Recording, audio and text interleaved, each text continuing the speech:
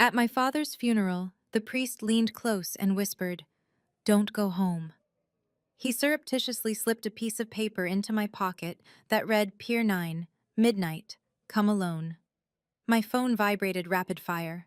My husband texted demanding I come home right now and asking what the priest gave me. I looked over, he was still wearing that perfect smile, but his eyes were cold and calculating. This chilling coincidence made my blood run cold, triggering a deep instinctive dread. I disobeyed and fled to the pier at midnight, and what I found inside my father's fingerprint-locked box exposed a lethal plot. Thank you for listening. Before we begin, leave a quick comment. What are you doing right now while you listen? Driving, working, or winding down? I read every comment and your presence here matters. Just a note. This story includes fictionalized details for storytelling and reflection. The message, the heart of it, is what I hope stays with you. At my father's funeral, the priest leaned close and whispered, "Don't go home." I didn't understand him. I barely heard him over the ship horns echoing across San Francisco Bay, carrying fog so thick I could taste salt and decay. My father's casket stood before me, polished mahogany, gleaming wet from drizzle. Leonard Mercer, 68 years old, founder of Mercer Shipping, lay inside wearing his Navy suit. 2 months of illness had stolen him piece by piece until nothing remained but this body and a $50 million empire I was only now learning to run. I should have been crying. That's what daughters do at their father's funerals. But I stood there, dry-eyed, numb, wondering what was wrong with me. Desmond Cross, my husband of 3 years, stood beside me in an impeccable charcoal suit. At 42, he looked 10 years younger, all sharp edges and controlled elegance. His hand found my shoulder with that familiar proprietary touch that made my skin crawl for reasons I couldn't name. He'd been perfect all morning. Perfect condolences, perfect handshakes, perfect words about loss and legacy. "Your father built an empire," someone said. A woman I didn't recognize dabbing at her eyes. "Such a legacy." I nodded. That's all I seemed capable of. Nodding, standing, not crying. Desmond leaned in, his cologne mixing with funeral flowers and ocean spray. "You're doing beautifully, darling. Just a little longer, then we can go home." Home.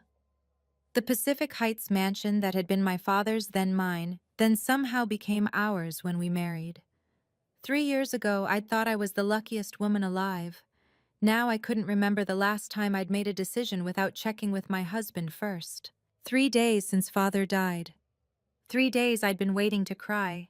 3 days Desmond had been watching me with that concerned expression, suggesting maybe I should see someone, because wasn't it strange that I seemed so detached? Maybe he was right, maybe I was losing my mind. The crowd thinned as mourners filed toward the parking area, umbrellas blooming against the fog. That's when Father Thomas approached.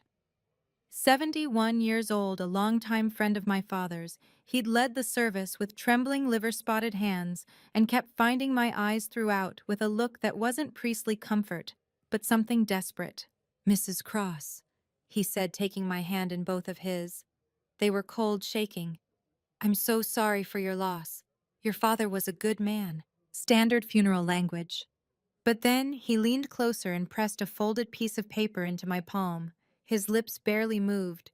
"Don't go home. Pier 9, midnight. Come alone." I stared at him. He straightened, still holding my hand, speaking louder now. "He loved you very much, Mrs. Cross. Never doubt that." Then he was gone, moving toward Desmond, leaving me with paper burning against my palm. I waited until I was alone before unfolding it. The handwriting was shaky, but clear. Pier 9. Midnight. Come alone, don't go home. The truth is inside. Truth is. The truth about what? My phone vibrated, once, twice, 3 times in rapid succession. 3 texts from Desmond, each more urgent than the last. "Come home now. Don't listen to anyone at the church. Lawyers waiting. Urgent. Leora. Right now, this is important." I looked up. Desmond stood 20 paces away, phone in hand, watching me, that perfect smile still on his face. But even through the fog, I could see his eyes weren't smiling. They were cold, calculating, waiting. Did I still trust my own mind, or had 3 years of marriage taught me to doubt every instinct I had? Because right now, every instinct was screaming that something was wrong. That the timing of these texts arriving the exact moment Father Thomas handed me that note wasn't coincidence. Another text, I can see you reading something. What did he give you? My hands went cold. How could he know Father Thomas had given me something unless he was watching? Not just watching now, but watching closely enough to see a folded paper change hands in the fog. I glanced at my phone. Location services. On. Always on because Desmond said it made him feel better to know I was safe. Said it was protection, not surveillance. 4 more texts came rapid fire. Leora, answer me. What did the priest give you? Come home now. I looked at Desmond again. He'd stopped pretending to comfort mourners. He was just standing there, phone in hand, staring at me. That smile still perfect. That suit still impeccable. But those eyes, they weren't the eyes of a concerned husband. They were the eyes of someone who'd been caught watching. I'd been married to Desmond Cross for 3 years. 3 years of him knowing exactly where I was at all times. 3 years of him suggesting I was too emotional, too irrational, too detached. 3 years of slowly, carefully teaching me to doubt myself. And standing there in the rain with my father's body behind me and Father Thomas's note in my hand, I suddenly realized I'd never really known who he was. The fog rolled thicker, swallowing everything but the man 20 paces away with his phone and his perfect smile and his cold, watching eyes. Father Thomas's note, don't go home. Desmond's text, come home right now. One of them was lying. One of them was telling me the truth I needed to hear. And I had exactly 4 hours to midnight to figure out which one, because whatever was waiting at Pier 9 was either my salvation or the biggest mistake I'd ever make. My phone vibrated again. Desmond's name on the screen. I could feel him watching, waiting to see if I'd answer. I didn't. Instead, I folded Father Thomas's note and slipped it into my purse, right next to the phone that was telling my husband exactly where I was every second of every day. The rain fell harder. The ship horn sounded again, lonely and distant. And somewhere in the fog, a clock was ticking toward midnight. I turned my car north toward the industrial port, instead of south toward home. The first time in 3 years I'd disobeyed my husband. My hands shook on the steering wheel as I pulled out of the church parking lot. Father Thomas's note burned in my purse. Desmond's texts kept lighting up my phone on the passenger seat, each one more demanding than the last. But I didn't turn around. I didn't go home. I drove into the fog that was rolling thick off San Francisco Bay, and for the first time since I'd married Desmond Cross, I made a choice that was entirely my own. Within seconds, headlights appeared in my rearview mirror. His black Tesla, sleek and fast, pulling out from where he'd been waiting, watching, always watching. My phone rang. Desmond's name on the screen. I didn't answer. Another text, where are you going? Turn around now. I gripped the wheel tighter and kept driving. North through the financial district, through streets I'd known my whole life, toward the industrial waterfront where my father's shipping containers sat stacked like metal mountains in the fog. The Tesla stayed behind me close enough that I could see Desmond's silhouette through the windshield, not close enough to force me to stop. Not yet. Father Thomas knew something, I whispered to myself, something worth warning me about. The port district materialized out of the fog. Massive cranes towering overhead, like prehistoric creatures shipping containers, creating a maze of 40-foot steel walls painted in rust and corporate logos. My father's world. The empire he'd built from nothing, and that Desmond had been helping me run since father got sick. Sick. That's what we'd called it. Heart failure, the doctors said. But 2 months of watching him fade, watching him grow weaker and thinner and more confused, watching him try to tell me something during those last visits before Desmond would gently suggest I let father rest. Desmond's headlights blazed brighter behind me, closer now. I made a sharp right between 2 container stacks, killed my headlights, and slid into a gap barely wide enough for my sedan. Engine off, lights off, holding my breath in the sudden darkness. The Tesla's engine growled past 15 feet away, headlights cutting through fog like searchlights. I could see Desmond's profile through his window phone pressed to his ear neck, tense. Then he was gone, swallowed by fog and the maze of containers. I sat there in the dark, heart hammering so hard I could hear it over the distant sound of ship horns across the bay. This is insane, I whispered. I'm hiding from my own husband like a criminal. But Father Thomas had said, don't go home. He'd said it with desperation in his eyes. And Desmond's texts had arrived the instant that note changed hands, like he'd been watching through a telescope, like he'd known exactly what Father Thomas was doing. When had I started needing permission to drive my own car? When had I stopped trusting my own instincts? When had my husband's concern turned into surveillance? I checked my phone, 12:47 p.m. The note said midnight, 11 hours to wait. I couldn't go home. I couldn't go anywhere Desmond might find me. So I sat in my car between those shipping containers and waited while fog rolled in from the Pacific and the sun tracked across the sky above the gray blanket, invisible but present. By 6 p.m., my legs were cramping. By 9 p.m., my phone had died from Desmond's constant calls and texts. By 11 p.m., I was questioning everything: my sanity, my marriage, whether Father Thomas had been confused, or whether I was the one who'd lost my mind. But I'd made my choice, and for the first time in 3 years, I was going to see it through. At 11:45 p.m., I finally started the car and drove deeper into the port, headlights still off, navigating by the yellow crane lights reflecting on black water. The bay stretched out before me, dark and vast, dotted with cargo ships riding at anchor. Ship horns echoed across the water, mournful and lonely. Pier 9 sat at the northernmost point of the port, past the active loading docks, where old shipping equipment rusted in salt air. I parked and stepped out into the smell of diesel and brine and creosote. The note had said the truth was inside. Inside what? Then I saw it. Under the skeletal frame of an ancient loading crane sitting on a concrete piling, a metal box about the size of a briefcase, marine-grade steel, with a small LED panel on the front, a fingerprint scanner. My breath caught. I knelt beside the box, my father's empire stretching out behind me in stacks of containers bearing the Mercer shipping logo. The LED glowed red in the darkness. I pressed my left thumb against the sensor. Nothing happened. 5 seconds, 10 seconds. Then the LED flashed green, the lock clicked, the box opened. Inside, a leather-bound diary in my father's handwriting. 3 USB drives. An envelope thick with papers that looked like medical documents. And a business card that read, Grant Reeves, private investigator, former FBI. My father had thought of me in his final days, not of the company, not of his legacy, but of me, and built this box to open only for his daughter's hand. I've been waiting for you, Miss Mercer. I spun around. A man stood at the edge of the crane's shadow, 52 or 53 years old, weathered face and gray hair, wearing jeans and a dark jacket. He had the steady bearing of someone who'd spent decades reading people staying calm, watching. Who are you? I demanded. How did you— Grant Reeves. He gestured to the business card in the box. Your father hired me 7 months ago. He told me if you found this box, it meant he was dead. He paused, his expression grave. And it meant you were in danger. I looked down at the open box in my hands. My father's diary. The first page visible in the yellow crane light. His handwriting shaky but determined, dated 7 months ago. If you're reading this, Leora, I'm already gone, and Desmond is not who he says he is. The world tilted. The fog rolled thicker.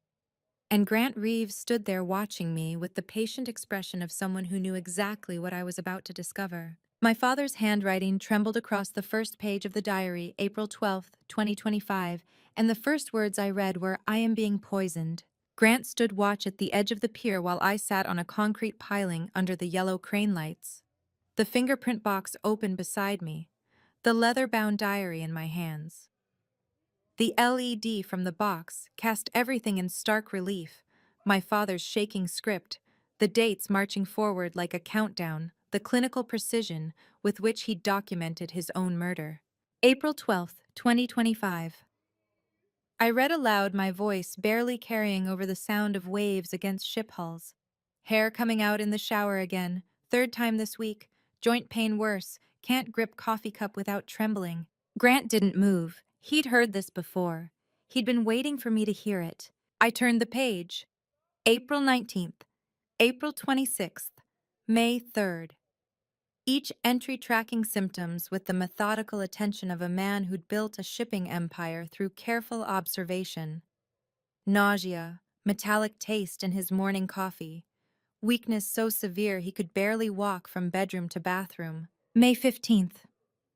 I read, and my voice cracked. The metallic taste is constant now. I know what this is. I've known for weeks arsenic poisoning, gradual careful design to look like heart failure. The fog rolled thicker across the bay. Ship horns sounded in the distance, and I sat there reading my father's diary by the glow of a fingerprint box he'd prepared for this exact moment. Keep reading, Grant said quietly. It gets worse. May 22nd. I tested Leora's morning tonic, the one Desmond insists she take for her health. I took one pill from her bottle, same metallic taste, same bitter aftertaste that I've been tasting in my coffee for 2 months. She's being poisoned too, and she doesn't know. I stopped breathing. The tonic, the daily vitamin supplement Desmond had given me every morning for the past year, saying it would help with my stress, my anxiety, all the problems he said I was having. She trusts him. I read tears blurring the words. She takes the pills every morning without question. I see her health declining, the exhaustion, the brain fog, the hair loss she thinks is stress. It's arsenic. Low dose cumulative, destroying her slowly just like it's destroying me. My father had suffered in silence for 4 months, watching the poison destroy him cell by cell, choosing documentation over confrontation because he knew confrontation would get us both killed faster. Why didn't he tell me? I whispered. June 8th entry, Grant said. Read it. I turned pages with shaking hands until I found it. I can't tell Leora. Desmond watches her constantly, tracks her phone, monitors her calls, controls her schedule. If I tell her the truth, he'll know within hours. He'll accelerate the poisoning. We'll both be dead within weeks instead of months. My only option is to prepare evidence she can find after I'm gone, evidence he can't intercept or destroy. I looked up at Grant. He died to give me this. He hired me 7 months ago, Grant said. May 1st, 2025, showed me his medical tests, his symptoms, everything. Asked me to build a case against Desmond Cross that would survive his death. He knew he wouldn't live to see it through, but he knew you would. The final entry was dated August 14th, 2025. My father's last words written the day before he died. If you're reading this, Leora, I'm dead, and Desmond Cross is responsible. Everything you need is in this box. Trust Grant Reeves. Trust the evidence. Don't trust Desmond. Don't go home. And remember, I love you more than the company, more than the money, more than anything I ever built. You are my legacy, not the ships. You. I closed the diary and sat there in the salt air and yellow crane light, crying for the first time since he'd died. 3 days of numbness, and now it all came flooding back, not just grief, but rage, cold and focused and building like a tsunami. There's more, Grant said. He opened his laptop, balanced it on a shipping crate, and clicked on an audio file. This is from the second USB drive. Your father had it in his office safe. Hayes recorded it 5 years ago. Hayes, my brother's name hit me like a physical blow. The speakers crackled. Then my brother's voice filled the night air, young, urgent, alive in a way I hadn't heard in 5 years. October 8th, 2020. This is Hayes Mercer. If you're listening to this, something's wrong. I need to document this before I talk to Dad tonight. I grabbed the laptop, pulling it closer. I found documents in Dad's office safe. Legal papers showing someone named Hayes Mercer accessing the family trust. But the signature isn't mine. The handwriting isn't mine. I compared it to my own signatures, completely different. So I dug deeper. The sound of paper shuffling in the background. My brother breathing hard, nervous. The man using my name to access Dad's trust, he's not me. His real name is Desmond Cross.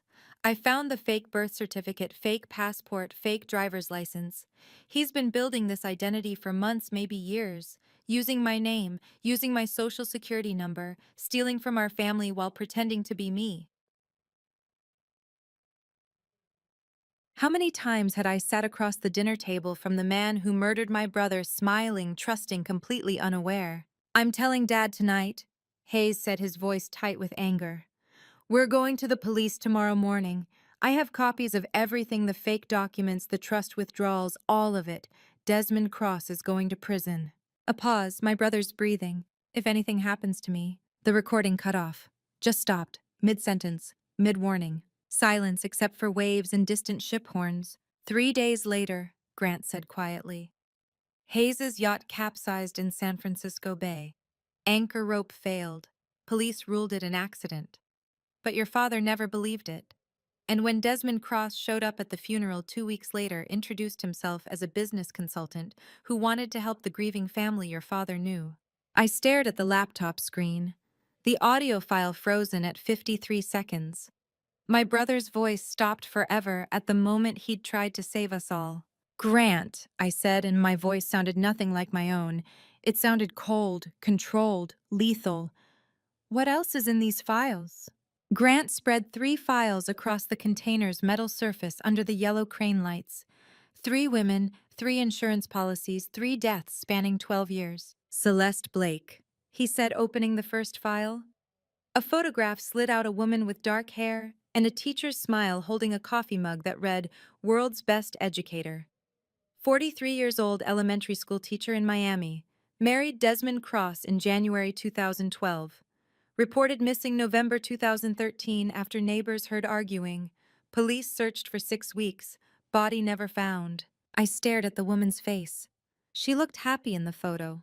Trusting. Desmond filed the life insurance claim 4 months later, Grant continued. $800,000. Police couldn't prove foul play without a body, so the insurance company paid out. Case went cold. Desmond Cross disappeared from Miami 2 weeks after collecting the money. Where's her body? I whispered. That's the question your father asked me 7 months ago. Grant opened the second file. My brother's face looked back at me from his driver's license photo. Hayes Mercer, 30 years old. October 2020, his yacht capsized in San Francisco Bay. Anchor rope failed during a storm. Coast Guard recovered his body 3 days later. Ruled accidental death. I couldn't breathe. Desmond killed Hayes for his identity. Your brother discovered the fraud 3 days before he died. He was going to tell Leonard that night. Instead, his yacht's anchor rope, which had been inspected and certified seaworthy 2 weeks earlier, mysteriously failed in 8-foot swells. Grant's voice stayed flat professional, but his eyes were hard. Desmond showed up at the funeral 2 weeks later, introduced himself as a business consultant who wanted to help the grieving family. He had new identity documents by then. New background, new references, new everything. The third file showed my father's face. I couldn't look at it. Leonard Mercer, Grant said quietly. 68 years old. Systematic arsenic poisoning administered over 6 months. Died August 2025, 2 weeks ago. Medical examiner ruled it heart failure because arsenic poisoning mimics cardiac arrest when administered in low doses over time. Your father knew what was happening, documented it for 4 months, and prepared this evidence box for you to find. How had I lived with this man for 3 years, shared his bed, trusted his touch, and never once suspected I was sleeping next to a serial killer? Same pattern every time, Grant said. Marry someone with assets. Establish trust through charm and attention. Administer low-dose arsenic to mimic natural illness. Wait. Collect insurance or inheritance. Disappear before anyone asks questions. He's been perfecting this method for 12 years. How many? My voice didn't sound like mine. How many has he killed? That we know of 3. Celeste Blake Hayes Mercer, Leonard Mercer. Grant looked at me with the steady gaze of someone delivering a death sentence. You're not his wife, Leora. You're his 4th victim. And the target isn't just insurance this time. It's Mercer Shipping. $50 million accessed by impersonating Hayes and marrying the sole remaining heir. The fog rolled across the bay. Ship horns echoed. And I stood there at Pier 9, understanding that I'd been marked for death the moment Desmond had appeared at my brother's funeral. My father hired you 7 months ago, I said. Did he know all of this? He suspected.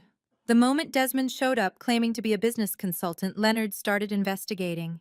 Found the pattern, found Celeste Blake's disappearance, found the insurance payout. That's when he hired me.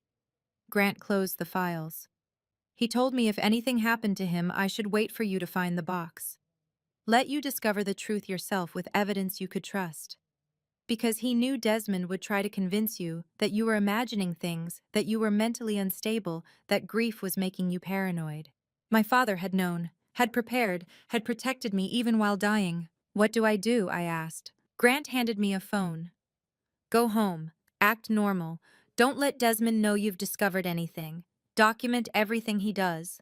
We need more evidence before we go to the police right now. We have suspicions and circumstantial evidence. We need proof. At 6 a.m., I pulled into the driveway of the Pacific Heights mansion. Desmond's car sat in the garage. The house looked exactly as I'd left it 24 hours ago. But I walked through the front door as a different person than the one who'd driven away from my father's funeral. The bathroom still smelled like Desmond's cologne and my vanilla body wash. Normal, familiar, deadly. I opened the medicine cabinet with hands that didn't shake.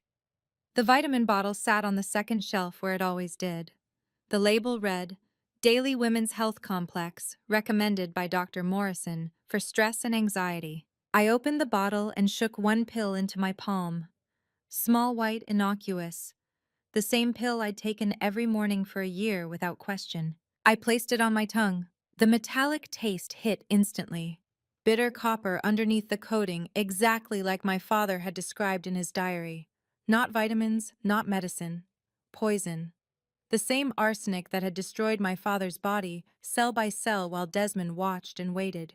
The metallic taste on my tongue wasn't just poison, it was proof evidence power. And for the first time since my father's funeral, I felt something other than grief. I felt dangerous. I spat the pill into a tissue and wrapped it carefully. My first piece of evidence gathered with my own hands. Good morning, sweetheart. I turned. Desmond stood in the bathroom doorway in his pajama pants, hair perfect even after sleep, that smile on his face. The same smile he'd worn at my father's funeral. The same smile he'd probably worn while watching Celeste Blake disappear, while sabotaging Hayes's yacht, while serving my father poisoned coffee for 6 months. Did you take your vitamin? He asked, his voice full of concern, full of love, full of lies. I looked him in the eyes and smiled back. Yes, honey, like every day. The lie came easily, naturally, like I'd been practicing for years. Desmond kissed my forehead, completely satisfied, completely unaware. Good girl, I worry about you, especially with all this stress from your father's death. I know, I said, you're always taking care of me. He smiled and walked toward the shower. I stood there holding the tissue-wrapped pill in my palm, my phone with Grant's number programmed into it sitting on the counter. The woman in the mirror looked different than she had 24 hours ago. Harder, colder, ready. The sound came from my father's office, a door I hadn't opened since the funeral, and it was the unmistakable click, click, click of someone taking photographs. I stood in the second-floor hallway of the mansion, the tissue-wrapped pill still in my pocket from this morning's deception, listening to the steady rhythm of a camera shutter through the mahogany door. Desmond had left for the office an hour ago. The house should have been empty except for me. Click, click, click. I turned the brass doorknob slowly. The office smelled like my father, leather, and pipe tobacco, and the sea air that always clung to his shipping manifests.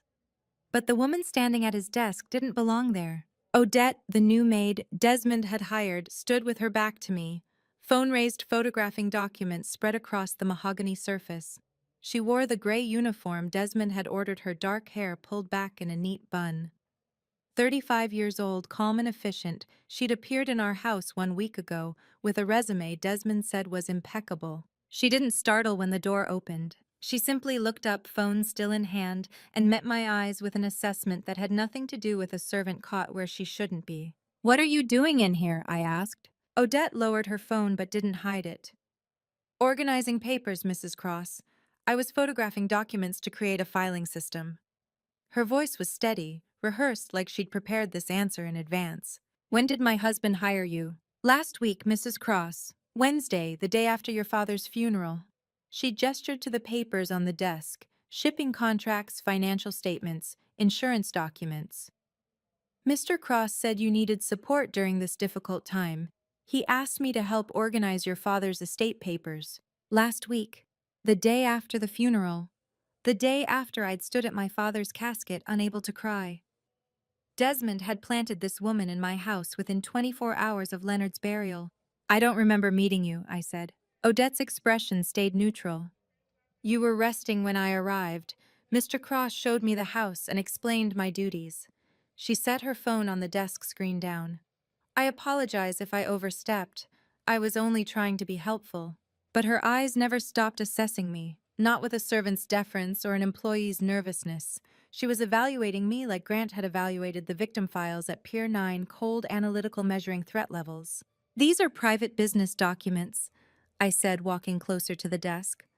Why would you photograph them? Mr. Cross requested digital copies for the estate lawyers. He said paper files were inefficient and might be lost during probate. Odette's hands rested calmly at her sides. No fidgeting. No guilty tells. I've been photographing and uploading everything to the cloud storage he provided. The answer was technically plausible. Desmond was obsessive about digital records, about control, about knowing where every document existed. But something in Odette's tone felt wrong, too smooth, too prepared. In a house where my husband was poisoning me and my father had died documenting evidence, who could I trust and how would I even know? What company did you work for before this? I asked. Prestige Domestic Services. They placed me with several families in the Marina District over the past 3 years. My references are in the folder Mr. Cross kept. I can get them for you if you'd like. I looked at the documents spread across my father's desk. Shipping manifests from 2020, the year Hayes died. Insurance policies, trust documents. Everything Leonard had been gathering before Desmond killed him. Leave this office, I said quietly. Don't come back in here without asking me first. Odette nodded. Of course, Mrs. Cross. My apologies. She picked up her phone, slipped it into her apron pocket, and walked past me toward the door. No argument, no explanation, no fear. She stepped into the hallway, closing the door behind her with a soft click. I stood there for 30 seconds listening to her footsteps recede down the hallway toward the servants' stairs. Then I heard it again. Click, click, click. I opened the door. Odette had returned to the office, must have circled back the moment I'd stopped listening and stood at the desk photographing the same documents, phone raised, completely unconcerned. She looked up when the door opened. No surprise, no guilt, just that same calm assessment. I thought I told you to leave, I said. You did, Mrs. Cross. Odette took another photograph. But Mr. Cross asked me to complete this work today. I have 17 more files to photograph before he returns home. She wasn't asking permission. She wasn't apologizing. She was informing me that Desmond's orders superseded mine in my own father's office. The sound of those camera clicks wasn't just surveillance. It was a message someone else was watching, gathering information, and I had no idea whose side they were on. Get out, I said. Now. Odette saved the photo to her phone, slipped it back into her pocket, and walked past me again. This time I followed her down the hallway, watching as she descended the servants' stairs toward the kitchen. I waited at the top of the stairwell for 5 minutes. Silence. No footsteps returning. No camera clicks. But when I walked back past my father's office, I heard it. Click, click, click. She'd come back up a different stairwell. She was in there right now, photographing documents, completely unafraid of consequences. Not nervous, not frightened, methodical. I stood in the hallway, listening to the steady rhythm of her camera. Most people caught doing something wrong would stop, would hide, would show fear. But Odette kept photographing like I was the intruder, like she had more right to those documents than I did. This wasn't a spy who'd been intimidated into helping Desmond. This was someone with her own agenda, her own reasons, her own investigation. Someone who didn't care if I caught her because she wasn't afraid of me, or maybe because she was more afraid of someone else. I pulled out my phone and texted Grant. The maid Desmond hired is photographing all of Dad's business documents. Says he told her to. But she's not scared of being caught. Who is she? The reply came 30 seconds later, checking her background now. Don't confront her until I know more. If she's working for Desmond, we need to know what she's looking for. If she's not, we need to know who sent her. I stood outside my father's office, listening to Odette's camera clicking steadily through the door. 2 mysteries now. My husband, the serial killer, and a maid who photographed documents like she was building her own case.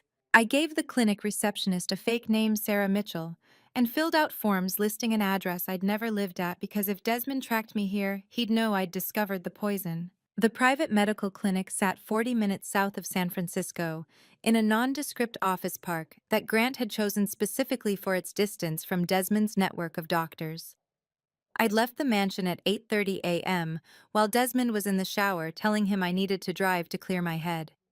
He'd kissed my forehead and told me to be careful, his hand lingering on my shoulder, in that proprietary way that now made my skin crawl. I'd driven south with one hand on the wheel and the other clutching the tissue-wrapped pill from yesterday's bathroom deception.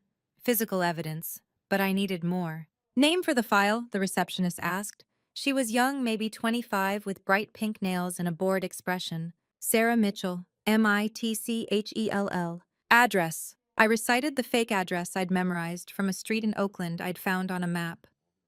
Insurance information, none paying cash. Emergency contact blank. I was a ghost walking into this clinic, and I needed to walk out the same way. The waiting room smelled like antiseptic and old magazines. I sat on a vinyl chair that stuck to my skin hands, shaking despite my attempts to appear calm. Around me, other patients waited, an older man coughing into his elbow, a mother with a feverish child, a teenager scrolling through his phone. Normal people with normal medical problems. I was here to confirm my husband had been poisoning me for 6 months. Sarah Mitchell, a phlebotomist, led me to a small room with an examination table covered in crinkly paper. She tied a rubber tourniquet around my arm, tapped the vein in the crook of my elbow, and slid the needle in with practiced efficiency. I watched my blood fill 3 glass vials, dark red, almost purple, carrying proof of attempted murder in every cell. Comprehensive toxicology screening, she said, labeling the vials. Results in about 90 minutes. Dr. Lennox will review them with you. 3 vials of blood. 3 vials of evidence. I watched her carry them down the hallway toward the lab, and for the first time in 3 days I felt something close to hope. 93 minutes later, Dr. Patricia Lennox called me into her office. She was 48 with gray-streaked hair and the grim expression of someone who'd seen poisoning cases before and knew exactly what they meant. 20 years of toxicology experience, Grant had said when he'd arranged this appointment. Independent practice, no connection to Desmond's medical network. She set a printout on the desk between us, numbers and chemical compounds I didn't understand, but one line was highlighted in yellow. Ms. Mitchell, she said and paused. Is that your real name? Does it matter? Not for medical treatment, but it might matter for what comes next. She tapped the highlighted line. Your arsenic level is 3.5 parts per million. Normal levels are 0.02. You have 175 times the safe threshold in your bloodstream. The room tilted slightly. I'd known. I'd tasted the metallic poison on my tongue yesterday morning. But hearing it quantified 175 times normal made it real in a way that tasting hadn't. How long would it take to accumulate that much, I asked. Dr. Lennox pulled up a chart on her computer. 4 to 6 months of consistent daily exposure, low doses designed to avoid acute symptoms but high enough to cause gradual system failure. She looked at me over her reading glasses. This isn't accidental contamination. This is systematic poisoning. What are the symptoms? Hair loss, nausea, joint pain, fatigue, cognitive fog, metallic taste in the mouth. As levels rise, kidney damage, liver failure, neurological deterioration, cardiac arrest. I'd become evidence, not just a victim gathering proof, but proof itself. My blood and bones and failing organs testifying to crimes no one else could see. Every symptom matched. The hair coming out in the shower that I'd blamed on stress, the nausea I'd attributed to grief over my father, the joint pain I'd thought came from sleepless nights, the exhaustion that had made me stop questioning Desmond's constant suggestions that I needed rest, needed help, needed him. You mentioned this was for a legal case, Dr. Lennox said carefully. I need to know, are you still being exposed? Yes. Then we need to start chelation therapy immediately. Every day you wait risks permanent damage. At these levels, you're looking at kidney failure, liver damage, neurological problems that might not reverse even with treatment. She pulled out a prescription pad. I can start you on dimercaprol injections today. We'll need to... No. Dr. Lennox stopped writing. Excuse me. I can't. Not yet. I need this evidence to stay in my body a while longer. She set down her pen. Ms. Mitchell, or whatever your real name is, chelation therapy will remove the arsenic from your system. If you're building a legal case, I can document current levels, but continuing exposure is necessary, I said. My voice sounded cold even to me, controlled, strategic. The person poisoning me needs to believe it's working. If my symptoms suddenly improve, if the arsenic levels drop, he'll know I discovered it, and then he'll change his method. What price would I pay for justice? My health, my safety, perhaps my life? And would it be enough to destroy the man who'd murdered my father and brother? You could die, Dr. Lennox said flatly. At these levels, with continued exposure, you're looking at organ failure within months, maybe weeks if the doses increase. Is any case worth that? I thought of my father's diary. 4 months of documentation while poison destroyed him. 4 months of silence and suffering because confrontation would have killed us both faster. He'd sacrificed his life to give me this evidence. I could sacrifice my health to finish what he started. Print 3 copies of these results, I said. Seal them in medical envelopes, and yes, this case is worth it. Dr. Lennox studied me for a long moment. Then she nodded and turned to her printer.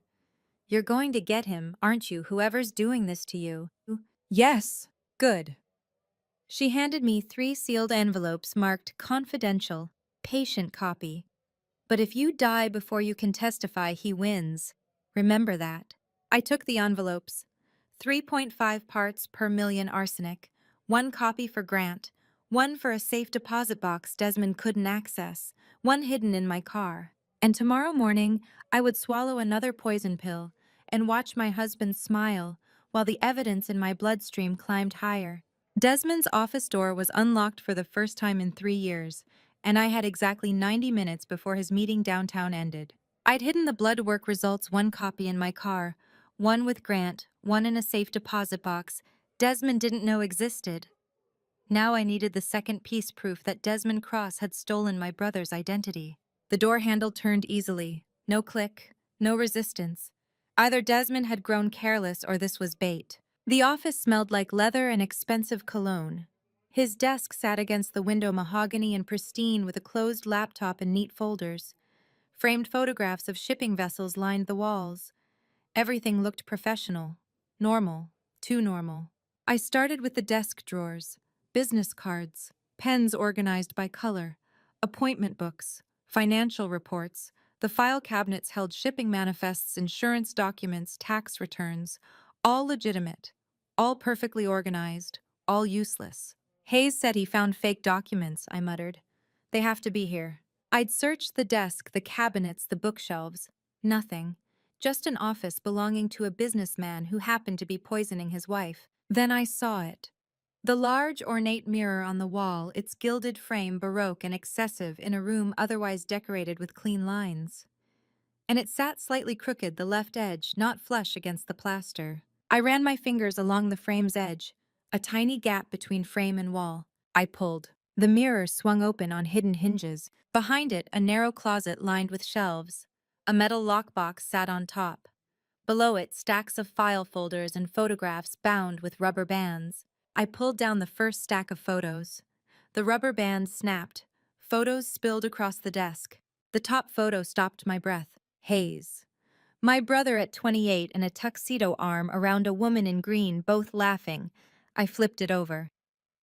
Hayes Mercer Engagement Party, April 2019, San Francisco Yacht Club. I held my brother's engagement photo in trembling hands, seeing Hayes's face, truly his face for the first time in 5 years, and understood that the man I'd been sleeping beside wasn't just a killer, but a ghost wearing my brother's skin. Because this face looked nothing like the man I'd married. Hayes had been broader through the shoulders, with a crooked nose from a childhood surfing accident and a dimple in his left cheek. The man calling himself Desmond Cross had none of those features. Different bone structure, different jawline, different everything. I grabbed the lockbox. Not locked, just latched, inside documents in plastic sleeves. A U.S. passport. I opened it with shaking fingers. Name Hayes Mercer. Date of birth August 14th, 1990. Place of birth San Francisco, California. Photo Desmond Cross's face. The passport had stamps from business trips London, Tokyo, Singapore, all dated after October 2020. After Hayes died. After his yacht capsized and his body was recovered from the bay. Below the passport, a birth certificate with Hayes's name and Desmond's information. A social security card, a driver's license. Complete identity replacement, every document perfectly forged to erase my brother and replace him with Desmond's face. At the bottom, a faded photo. Miami, 2007, written on the back. 2 men in their late 20s on a beach, arms around each other's shoulders. Desmond younger but unmistakable. The other man I didn't know. How long had Desmond planned this? How many months or years had he studied? Hayes learned his mannerisms, prepared to step into his identity the moment my brother died. A car engine cut through my thoughts. I ran to the window, Desmond's Tesla pulling into the driveway. The clock showed 2:50 p.m. 70 minutes. The meeting should have run until 3:30. 30 seconds, maybe less. I grabbed the passport and Miami photos, shoved them in my pocket, threw the other documents back in the lockbox, pushed it onto the shelf, swung the mirror door closed. It clicked shut as I heard the front door open downstairs. Honey, I'm home early. Meeting got canceled. Where are you? I stood frozen, Hayes's engagement photo still on the desk, the mirror maybe not quite flush, my heart hammering. Leora. I grabbed the photo, shoved it in my pocket, looked around wildly. The desk looked untouched. File cabinets closed. The mirror, God, was it straight. Footsteps in the hallway, 20 feet away, 15. I opened the office door and stepped out, pulling it closed just as Desmond reached the top of the stairs. He stopped, looked at me, looked at the closed office door, back at me. What were you doing in there? His voice was calm, curious, but his eyes were cold, measuring my reaction. I held his gaze and lied. Looking for the estate lawyer's business card. I think we need to start probate on father's will. Desmond's hand stayed on his briefcase handle. Did you find it? No, he smiled. That perfect smile I'd once thought meant love. That's okay. I have his number saved. Why don't you go rest, darling? You look exhausted. He walked past me into the office. I stood in the hallway, Hayes's fake passport burning in my pocket, listening to him set down his briefcase, hearing his chair creak as he sat at his desk. Then silence. Was he checking the mirror? Opening the lockbox? Counting documents to see if anything was missing? I forced myself to walk down the hallway toward our bedroom, each step measured and calm, even though my hands were shaking and my heart was trying to break through my ribs. Inside our bedroom, I closed the door and pulled out the passport. Hayes Mercer's name, Desmond Cross's photo, proof that my husband had murdered my brother and stolen his entire existence to marry me and take $50 million. My phone buzzed. Text from Grant, got your blood work copy. When can you meet? Need to discuss next steps. I typed back with trembling fingers. Found the fake passport. He came home early and almost caught me. Can you meet tonight? Grant's reply came instantly. Pier 9. Midnight. Bring everything you found. And Leora, be careful. If he knows you're looking, he'll accelerate his timeline. I looked at the passport in my hand, then at the bedroom door, imagining Desmond on the other side, checking his hidden compartment right now, realizing documents were missing, calculating whether his wife had finally discovered the truth. If he caught me now with evidence of his identity theft in my pocket, would I become victim number 5? I shoved the fake passport and Hayes's engagement photo into my purse, slammed the mirror door shut, and walked out of Desmond's office 15 seconds before his footsteps hit the stairs. My hands were still shaking when Desmond reached the second floor. I stood in the hallway, my purse heavy with stolen evidence. "What are you doing up here?" he asked. "Headache. I was looking for aspirin in the bathroom." Desmond studied my face. "You look pale. Are you feeling all right?" "Just tired." I touched my temple. "The headache's been there all day." He stepped closer. His hand came up to my forehead, checking for fever. The touch that used to feel like care now felt like surveillance. "Maybe you should rest," he said. "I'll bring you some tea. Tea with arsenic, probably." "Thank you," I said, and walked past him toward our bedroom. Behind me, his office door opened. Any second, he might check the mirror open, the lockbox, count the documents. But I had what I needed. That evening, Grant and I sat in Dr. Sherman Hunt's private office after hours. Our family physician for 2 decades, 58 years old with gray hair and tired eyes, looked at the document Grant placed before him. A life insurance policy, $1.5 million, beneficiary Desmond Cross, insured party Dr. Sherman Hunt. "Recognize this Dr. Hunt?" Grant asked. Hunt's face drained of color. His hands trembled as he picked up the policy dated 3 months ago, right after he'd deleted Leonard's arsenic results. "He bought life insurance on me," Hunt whispered. "God, I'm next, aren't I?" I pulled out my blood work. 3.5 parts per million arsenic. You diagnosed me with anxiety, but you knew what it was. Hunt couldn't meet my eyes. "Desmond paid me $200,000 to delete your father's toxicology results, to diagnose heart failure instead of poisoning. I thought I didn't know he was planning to kill you too," Grant finished. Celeste Blake's doctor died in a car accident 6 months after her disappearance. Brake failure. Hunt's face went gray. Dr. Hunt wasn't just a villain anymore. He was another of Desmond's victims. Just one who'd survived long enough to realize the man who bought his silence had also bought his death. Give us my father's real medical records, I said. Every test result you destroyed, now. Hunt walked to a locked file cabinet and pulled out a manila folder. Leonard Mercer, complete toxicology panel from May 2025, 12.4 parts per million arsenic. Levels consistent with systematic poisoning over 4 to 6 months. I certified cause of death as cardiac arrest. Desmond paid half up front, half after cremation. Grant photographed every page. Proof that Hunt had helped murder my father. Proof that would send both of them to prison. You'll testify, Grant said. Hunt nodded. I'll testify to everything. Just please keep me alive long enough to do it. The next morning, we walked into the operations office at Pier 9. Bryce Hartley, 45, the Pier's operations manager for 8 years, looked up from his computer.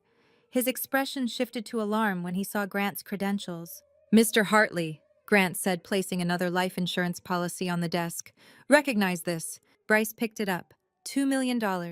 Beneficiary Desmond Cross. Insured party Bryce Hartley. 2 million, Bryce said, voice barely audible. Jesus, he's going to kill me like he killed Jennifer's accomplice. Jennifer, I asked. Grant pulled out a file. Jennifer Morrison helped Desmond with the Celeste Blake disappearance in Miami.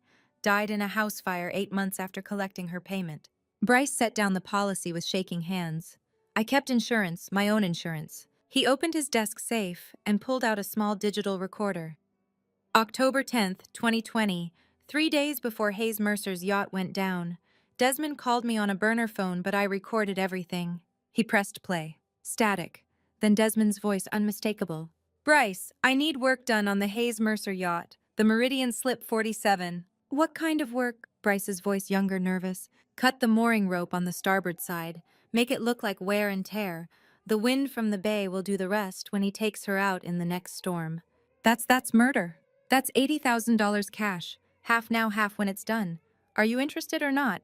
A pause. Then yeah, I'm interested. The recording continued. 47 seconds total. Desmond's voice laying out the exact plan, cut the rope 70% through, wait for Hayes to take the yacht out, let the weather do the work. $80,000 for fratricide. How many people had Desmond killed or ordered killed? 5, 6, 7. And how many more had he planned to eliminate before someone finally stopped him? Grant saved the audio file to 3 separate drives while I sat frozen. My brother's voice would have been on that yacht 3 days after this call. And then he was dead drowned when his mooring failed and the boat drifted into rocks. Not an accident. Murder. Ordered by the man I'd married. Executed by the man sitting across from me. You'll testify too, Grant said to Bryce. Bryce nodded. I'll testify. Just keep me breathing long enough to do it.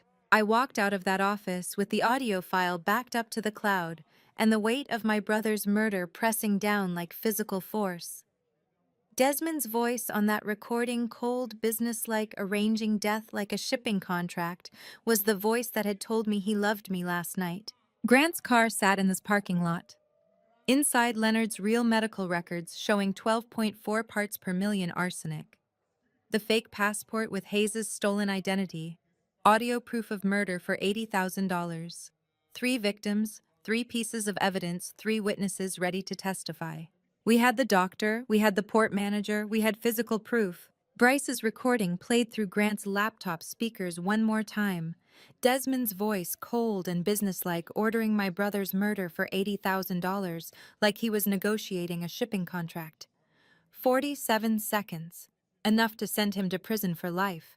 But Odette was still photographing documents in my father's office, and I needed to know whose side she was really on. I found Odette in the basement at 11 p.m., bathed in laptop glow, staring at a photograph of a woman who could have been her twin if her twin had been dead for 13 years.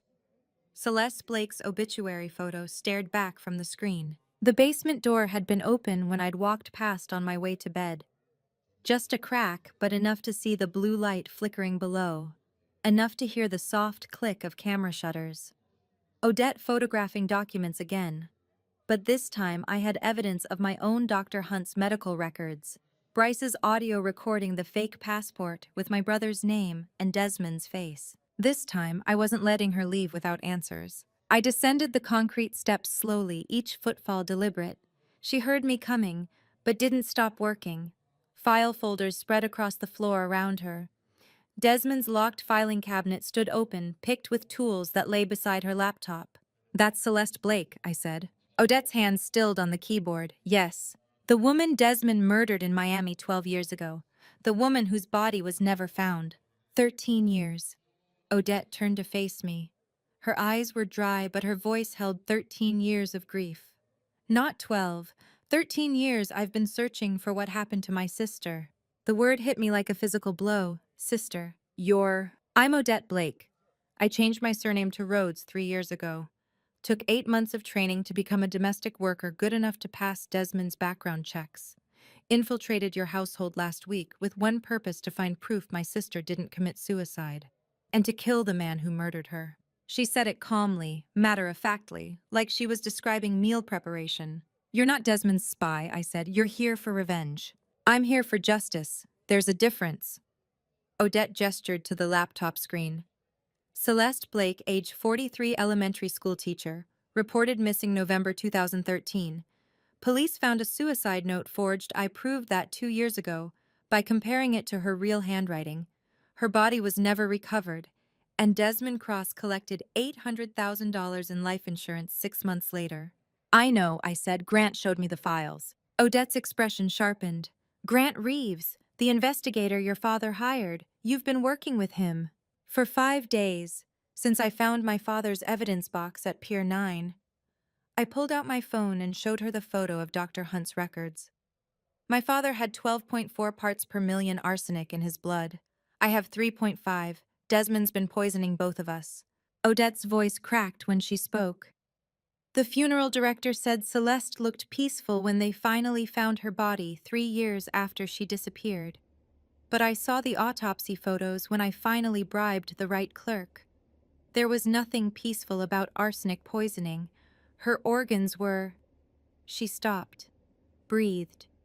Desmond paid the medical examiner to suppress the toxicology results, paid him to rule it suicide, paid him to cremate the body before anyone could ask questions. 2 women, 2 sisters, both destroyed by the same man using the same poison. "Why didn't you go to the police?" I asked. "With what autopsy photos I obtained illegally? A forged suicide note I couldn't prove was forged without the original handwriting samples Desmond destroyed. The police in Miami closed the case. The insurance company paid out. Everyone moved on except me." Odette turned back to the filing cabinet. "So I trained. I waited. I researched every identity Desmond Cross had used. And when I discovered he'd married into the Mercer family, I knew this was my chance." "A chance to do what?" Odette reached into her apron pocket and pulled out a small glass vial. Clear liquid, maybe 2 ounces. Brodifacoum, rat poison, anticoagulant.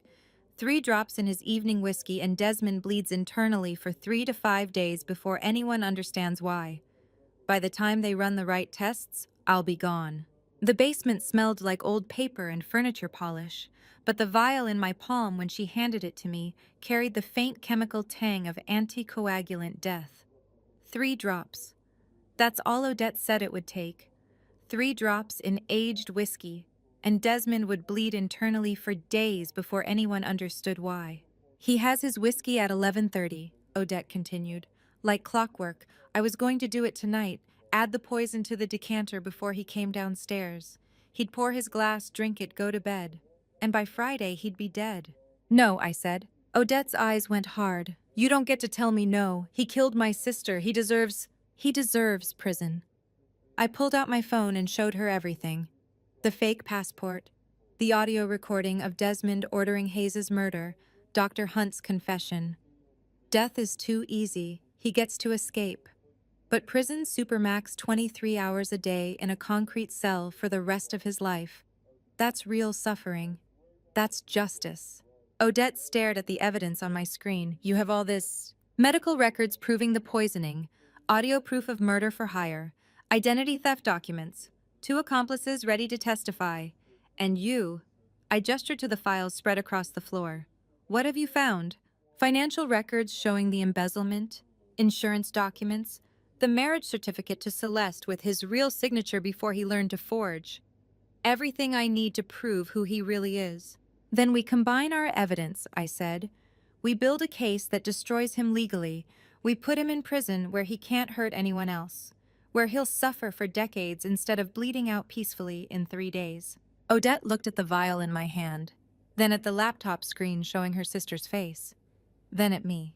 Legal justice, she said slowly. You really think it's enough? I think it's the only way we both survive. If you poison him and disappear, you spend the rest of your life running. If we do this right, we both get to watch him convicted. Odette was silent for a long moment. Then she nodded. Okay, legal justice. Give me the vial back. I need to dispose of it safely before... Footsteps on the basement stairs. Slow, deliberate.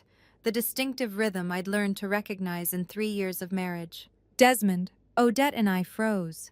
The filing cabinet stood open behind us. 24 incriminating documents spread across the concrete floor in the harsh LED light. Her laptop displayed Celeste's obituary photo. My phone showed the fake passport. The footsteps continued descending. He wasn't supposed to come down here until midnight. But there he was, 15 seconds from the bottom step, and we had evidence of our investigation scattered across the floor like an accusation. The lie came so easily I almost believed it myself. I'd asked Odette to find Father's old shipping manifests, and we'd simply lost track of time in the basement chaos. I swept the documents into a pile while Odette closed the filing cabinet. Desmond reached the bottom step just as I turned to face him. Funny time to be doing estate research, Lyora, he said. I couldn't sleep. The shipping contracts from 2019 should prove Father's mental state was fine when he updated his will. The lawyers need documentation. Desmond looked at Odette. She stood with her hands folded, the perfect servant. My apologies, Mr. Cross, Odette said. I should have tidied as we went. Mrs. Cross asked for my assistance. Desmond studied us both. The silence stretched. I forced myself to meet his eyes. I have a dinner meeting, he said finally. Harbor Commission. I'll be back by midnight. Have a good evening, I said. He climbed the stairs. We waited until we heard the front door close. Then Odette sat on the concrete floor shaking. He knew something was wrong, she whispered. But he left, I said. And tomorrow we make this house into the trap that catches him. 24 hours later, Grant arrived with 2 technicians while Desmond attended his Harbor Commission dinner. 3.5 hours to work. The technicians moved through the mansion like ghosts, installing tiny cameras no bigger than shirt buttons. Master bedroom, Grant directed. Study, basement, kitchen, main entryway, garage, and the master bathroom aimed at the floor panel where the safe is. You're the homeowner, Grant said, handing me paperwork. Everything we're installing is legal so long as you authorize it. I signed 7 consent forms. Authorization to install surveillance in my own home, my father's home. He turned this house into my prison, I said. Now it's his trap. Odette watched from the doorway. The bathroom camera, will it catch him accessing the floor safe? Grant adjusted the angle on his laptop. Perfectly. And it's all uploading to encrypted cloud storage. Even if he discovers the cameras, will have everything. The cameras were tiny black eyes, no bigger than shirt buttons, but they saw everything Desmond had hidden for 3 years. At 10:45 p.m., Grant spread legal documents across the desk. California is a 2-party consent state for recording, he explained. But there's an exception, single-party consent in your own home. You live here. You can record anywhere except where guests have reasonable privacy expectations. What about the bathroom? I asked. Aimed at the floor panel, not the facilities. Legally defensible. And Desmond isn't a guest, he's a resident. You have full authority. I'd spent 6 years in this house feeling watched, controlled, trapped. Now the house was watching him. The next morning at 9:20 a.m., Odette searched the master bathroom while Desmond was at his office. She pried up the loose tile beneath the vanity. Inside a U.S. passport, older, worn with stamps from 3 cities, she whispered into her phone, recording for Grant. Found his real passport. Thomas Ridley, born 1982. 3 cities, 3 victims. The stamps told the story. Miami, Florida, March 2008. 3 weeks before Celeste Blake married Desmond Cross. Sacramento, California, January 2013. 1 month before Leonard's arsenic symptoms began. San Francisco, California, August 2019, 1 week before Leonard changed his will. The Miami stamp is 3 weeks before my sister married him, Odette said. He was never Desmond Cross. He was always Thomas Ridley, moving from city to city, victim to victim. Below the passport banking documents from the Cayman Islands, account statements showing 13 years of deposits, insurance payouts, embezzled funds, inheritance transfers. Total $4,200,000, Odette called Grant. $4.2 million. That's not running money, that's disappearing money. Check the recent transactions, Grant said. She scrolled through. $380,000. Transferred 2 weeks ago, right after Lyora started asking questions. We're out of time. An hour later, Grant sat in the study with us, the passport and bank statements spread across the desk. Thomas Ridley disappeared from Miami in 2013, Grant said. Collected Celeste's insurance and vanished. Resurfaced in Sacramento under a new identity. Disappeared again in 2020 after Hayes's death. Each time he liquidates and starts fresh. How long do we have? I asked. Grant pulled up a document. He purchased a one-way ticket to Grand Cayman yesterday. Departure date 5 days from now. 5 days. Less than a week before Thomas Ridley vanished forever, with over $4 million, leaving 3 dead victims and me with enough arsenic to kill me within months. The cameras are live, Grant said. But we need him to confess. We need him to say something on tape that proves he murdered Leonard Hayes and Celeste. Without that confession, we have circumstantial evidence and accomplice testimony. Good, but not ironclad.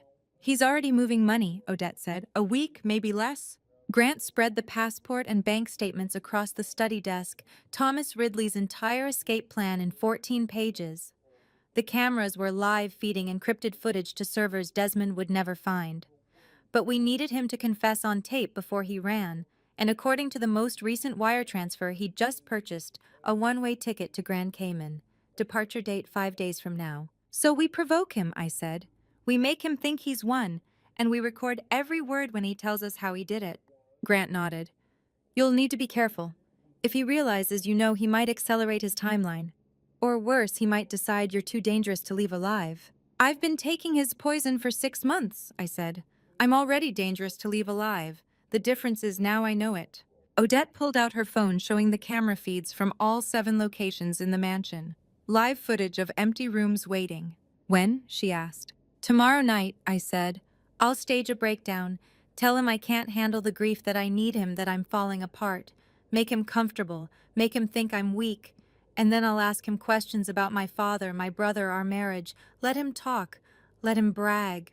And the cameras will catch everything, Grant said. I looked at the screen showing my bedroom, the study, the basement where we'd almost been caught. The mansion that had been my prison was now my weapon. 5 days, I said. That's all the time he has left as a free man. Desmond slid the court documents across the breakfast table like he was serving me eggs. A competency petition claiming I suffered from severe paranoid delusions, filed yesterday, hearing scheduled in 72 hours. The cameras Grant installed were live, watching, recording, but Desmond had struck first. What is this? I asked, picking up the papers with hands that only shook slightly. Protection, Desmond said, sipping his coffee. The same coffee I'd been pretending to drink for days while spitting the poison into tissues. I've frozen all your accounts, darling. It's temporary, just until the doctors can evaluate your mental state. The words hit me like ice water. You froze my accounts. Our accounts legally. The power of attorney you signed after your father's death gives me that authority. He set down his cup with a gentle clink against the saucer. Your behavior lately has been erratic. The accusations, the paranoia about Hayes's death, Dr. Morrison agrees you need help. I stared at the petition. Filed August 7th, yesterday. While I'd been planning how to get him to confess on camera, he'd been filing legal paperwork to have me declared incompetent. You can't just freeze my accounts, I said. That's my inheritance. Our accounts legally, he repeated. And I'm protecting them. Protecting you until you're well again. Credit cards, checking, savings, investment accounts. Everything's temporarily restricted. I'm not sick. Desmond pulled another document from his briefcase. A psychiatric evaluation signed by someone named Dr. Morrison. This says otherwise. I had you evaluated discreetly using your medical records and observations I've documented over the past 6 months. 6 months. Since he'd started poisoning me. Since the arsenic had begun accumulating in my bloodstream, causing the symptoms he was now using to have me declared insane. Dr. Morrison documented everything, Desmond continued. Your obsession with Hayes's accident, the wild theories about your father's death, the paranoid belief that I'm somehow responsible for tragedies that were clearly accidental. Those aren't theories, I said. I have evidence. Desmond's expression shifted concern mixed with pity. That's exactly what concerns us, Leora. You've constructed an entire conspiracy from grief and guilt. You hired a private investigator to follow me. You've been searching my office. You've convinced yourself that the man you married is a murderer. Every accusation was true, but presented this way through the lens of a grieving daughter losing her mind, it sounded like delusion. The court hearing is in 72 hours, Desmond said. They'll determine whether you need a conservatorship, whether someone needs to make decisions for you until you're well. 3 years of marriage, and it came down to this. I owned everything on paper and nothing in reality. I excused myself to the bathroom, locked the door, and pulled out my phone. My fingers shook as I tried to access my bank account. Account restricted. Please contact the account administrator. Savings account, investment portfolio, credit cards. Transaction denied. Card inactive. I owned a $50 million shipping company, and I couldn't buy coffee. My phone was on Desmond's account plan. My car was registered in both our names. The house belonged to my father's estate, which Desmond was now executor of thanks to that power of attorney. I'm worth $50 million, I whispered to my reflection, and I can't access a dime. My phone buzzed. Text from Grant saw the court filing. Call me, now. I dialed. He answered on the first ring. He filed for conservatorship, Grant said without preamble. Emergency psychiatric hold. I just pulled the documents from the court database. He froze everything, I said. All my accounts. I'm completely locked out. That's the first move. He's not trying to control you, Leora. He's trying to bury you, legally first, then literally. I sat on the edge of the bathtub, phone pressed to my ear. What do you mean? Conservatorship gives him total control of your assets. Then you die from mental illness complications, while institutionalized, maybe suicide, maybe medication interaction. Another tragic loss for the grieving husband. He collects the insurance, liquidates the company, and takes his Grand Cayman flight with millions. The court hearing is in 3 days, which means he's planning to move against you within 2 weeks maximum. Maybe sooner if he thinks you're onto him. How many women had Thomas Ridley done this to before me, frozen out, declared crazy, then quietly buried? What do? I asked. Grant was silent for a moment. We activate the trap, tonight. You confront him about Thomas Ridley. Push until he breaks. The cameras will catch everything. And if he doesn't confess, I couldn't finish the sentence. If he just kills me, then we'll have evidence of what he does next, Grant said. Either way, we spring the trap tonight. We're out of time for subtle approaches. He'll know I've been investigating. He already suspects. That's why he filed the petition. He's trying to discredit you before you can accuse him. But if we get him on camera confessing, actually saying he murdered your father, your brother Celeste Blake, then it doesn't matter what psychiatric evaluation he's manufactured. Murder confession trumps competency petition. I thought of the 7 cameras watching my house, the encrypted cloud storage, the evidence we'd already gathered, blood work, audio recordings, fake passports, financial documents. What if he attacks me? I asked. Odette will be in this house. I'll be monitoring the camera feeds in real time from my car parked 2 blocks away. If he makes a move, I call the police immediately. But Leora, Grant's voice softened. You're the bait. You understand that, right? We're using you to draw him out. I understand. You confront him tonight about Thomas Ridley. Tell him you know who he really is. Show him the passport if you have to. Make him react. Make him talk. And whatever happens, stay near the cameras. Living room has the best coverage. I stared at my reflection in the bathroom mirror, pale, thin from 6 months of arsenic poisoning, terrified, but alive, still alive. And I had 72 hours to stay that way. Tonight, I said. I'll do it tonight. I'll be watching, Grant promised. Every second. You're not alone in this. I hung up and gripped the bathroom counterphone pressed to my ear, Grant's voice still echoing in my head with the plan that would either save my life or end it. Tonight, I would walk into the living room and call my husband by his real name, Thomas Ridley, and see if he confessed or killed me. 72 hours until the court hearing, but I had maybe 12 hours before he realized I knew too much to let live. I let the wine glass slip from my trembling fingers, crystal shattered against marble. Cabernet sprayed across ivory silk like arterial blood. Desmond looked up from his laptop, startled by the crash that echoed through the mansion. I can't. My voice broke perfectly, years of amateur theater finally paying dividends. I can't do this anymore. I sank onto the sofa, letting genuine exhaustion show. 3 weeks of playing his devoted wife had left me hollowed out. The trick to selling a breakdown was using real fatigue as scaffolding. Leora. He set the laptop aside, concern creasing his features. What's wrong? Everything. I pressed trembling hands to my face. The rumors about Leonard, the whispers that we... A sob caught in my throat. I know you didn't hurt him. I know it. But everywhere I go, people look at me like I'm complicit in murder. Desmond rose slowly, crossing to where I sat. This was the gamble. Push too hard and he'd retreat. Not hard enough and he'd dismiss my performance. I need you to tell me the truth. I looked up at him through tears I'd manufactured by thinking about my father's final moments. Whatever happened, I've stood by you, but I can't defend what I don't understand. Please, Desmond, help me understand. His expression shifted, calculation flickering behind sympathy. He was measuring whether my breakdown was genuine or strategic. I held his gaze, letting vulnerability bleed through. You really want to know? His voice was soft, almost tender. I need to know. He sat beside me close enough that our knees touched. His hand found mine, fingers interlacing with practiced intimacy. Leonard was dying anyway, Desmond said quietly. Stage 4 pancreatic cancer, 6 months, maybe less. The arsenic just accelerated the inevitable. My heart hammered against my ribs. Keep breathing, don't react. Let him fill the silence. He was going to suffer. Desmond continued, thumb stroking across my knuckles.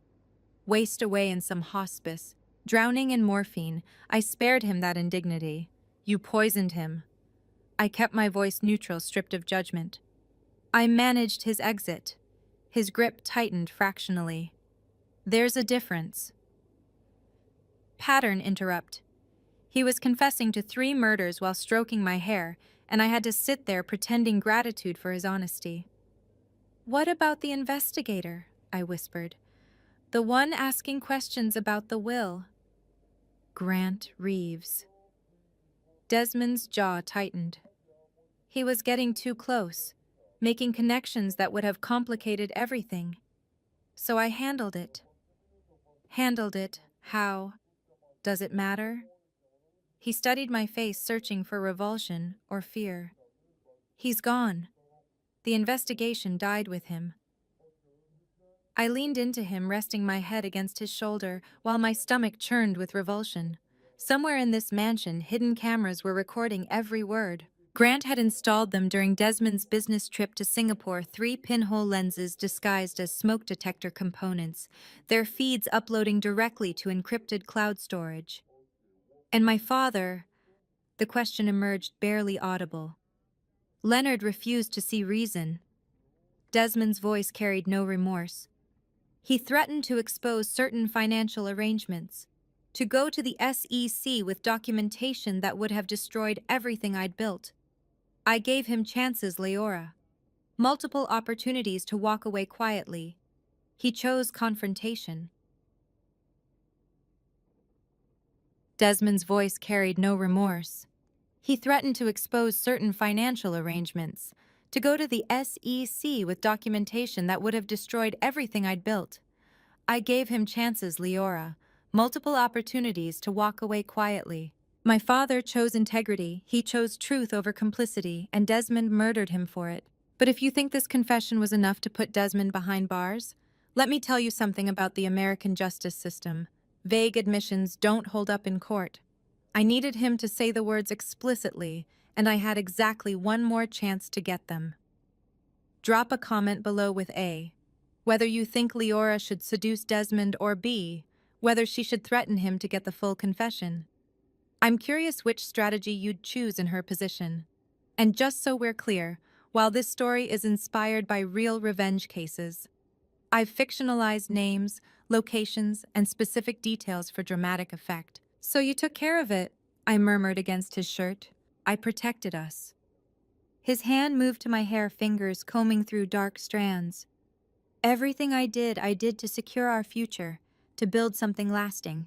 He was talking about my father's murder like it was estate planning, clinical, pragmatic, utterly devoid of human feeling. I stayed there another 20 minutes, letting him hold me while he rationalized 3 homicides as necessary business decisions. When he finally released me to take a phone call, I slipped away to the guest bathroom and vomited until nothing remained. The next morning, I sat across from Grant in his downtown office while he reviewed the recordings. Sunlight slanted through floor-to-ceiling windows, illuminating transcripts spread across mahogany. "It's not enough," he said, finally looking up with frustration carved into every line of his face. I stared at him. He admitted poisoning Leonard. He admitted killing Hayes. He admitted murdering my father. He said he managed Leonard's exit, that he handled Hayes, that he took care of your father. Grant tapped the transcript. Defense attorneys will argue he was speaking metaphorically, that managed meant arranging hospice care, that handled meant paying Hayes to drop the investigation. The language is too vague for conviction. Pattern interrupt. We had evidence, like a completed jigsaw puzzle missing the centerpiece. Everything circumstantial, nothing explicit enough to guarantee conviction. So what do I need? My voice was flat, exhausted. The words themselves. Grant met my eyes. I poisoned Leonard Ashford. I killed Marcus Hayes. I murdered Richard Mercer. Explicit confessions using explicit language. Without that, any prosecutor is taking this case to trial with 50-50 odds at best. I checked my phone. The deadline Desmond had set for finalizing the foundation paperwork was 48 hours away. Once those documents were signed, his access to my father's fortune would be legally ironclad. Then I'll get them, I said quietly. Tonight. The bedroom door had a lock on the outside. 3 years of marriage, but Desmond's hand went to it like he'd been planning this moment since the day we moved in. That night, I'd promised Grant explicit confessions. The next afternoon, Desmond walked into our bedroom carrying a manila folder and wearing the expression of a man who'd already won. "Judge Eleanor Vale signed the preliminary order this afternoon," he said. "You're officially under my care now." I looked up from the book I've been pretending to read. Preliminary doesn't mean permanent. I still have the hearing. "You won't make it to the hearing, darling." He said it casually, like mentioning rain. "What does that mean?" "It means Dr. Morrison's evaluation was very convincing. The court agrees you're a danger to yourself, that you require immediate supervision." Desmond took the book from my hands. "The full hearing is in 36 hours, but temporary restrictions are effective immediately. Based on lies. Based on medical testimony." His mask dissolved completely. No more pretense of concern, just cold calculation in eyes that had never loved me. "The court order restricts unsupervised communications," he continued, holding out his hand. "I'll hold your phone for now. You can't. I can do whatever's necessary to keep you safe from yourself. Your phone, Leora." I placed it in his palm. He pocketed it without checking the screen. "You should rest," he said, moving toward the door. "I'll check on you in a few hours." The door closed. The lock clicked. I stared at solid mahogany, processing the sound. 7 cameras hidden throughout the room were capturing everything: Desmond's confidence, my shock, that clicking lock. All recorded and uploading to encrypted storage. I waited 3 minutes listening. No footsteps, no shadow under the door. The bathroom air vent required a screwdriver, but Grant had loosened the screws enough that I could turn them by hand. The backup phone sat in a waterproof case behind the ductwork. I texted, "Locked in bedroom." He took my phone, moving faster than we thought. Grant's response came within 30 seconds. Camera's live, don't panic. Let him think he's won. He'll make a mistake. What if the mistake is killing me before the hearing? Then we'll have evidence of what he does next, Grant said. Either way, we spring the trap tonight. We're out of time for subtle approaches. He'll know I've been investigating. He already suspects.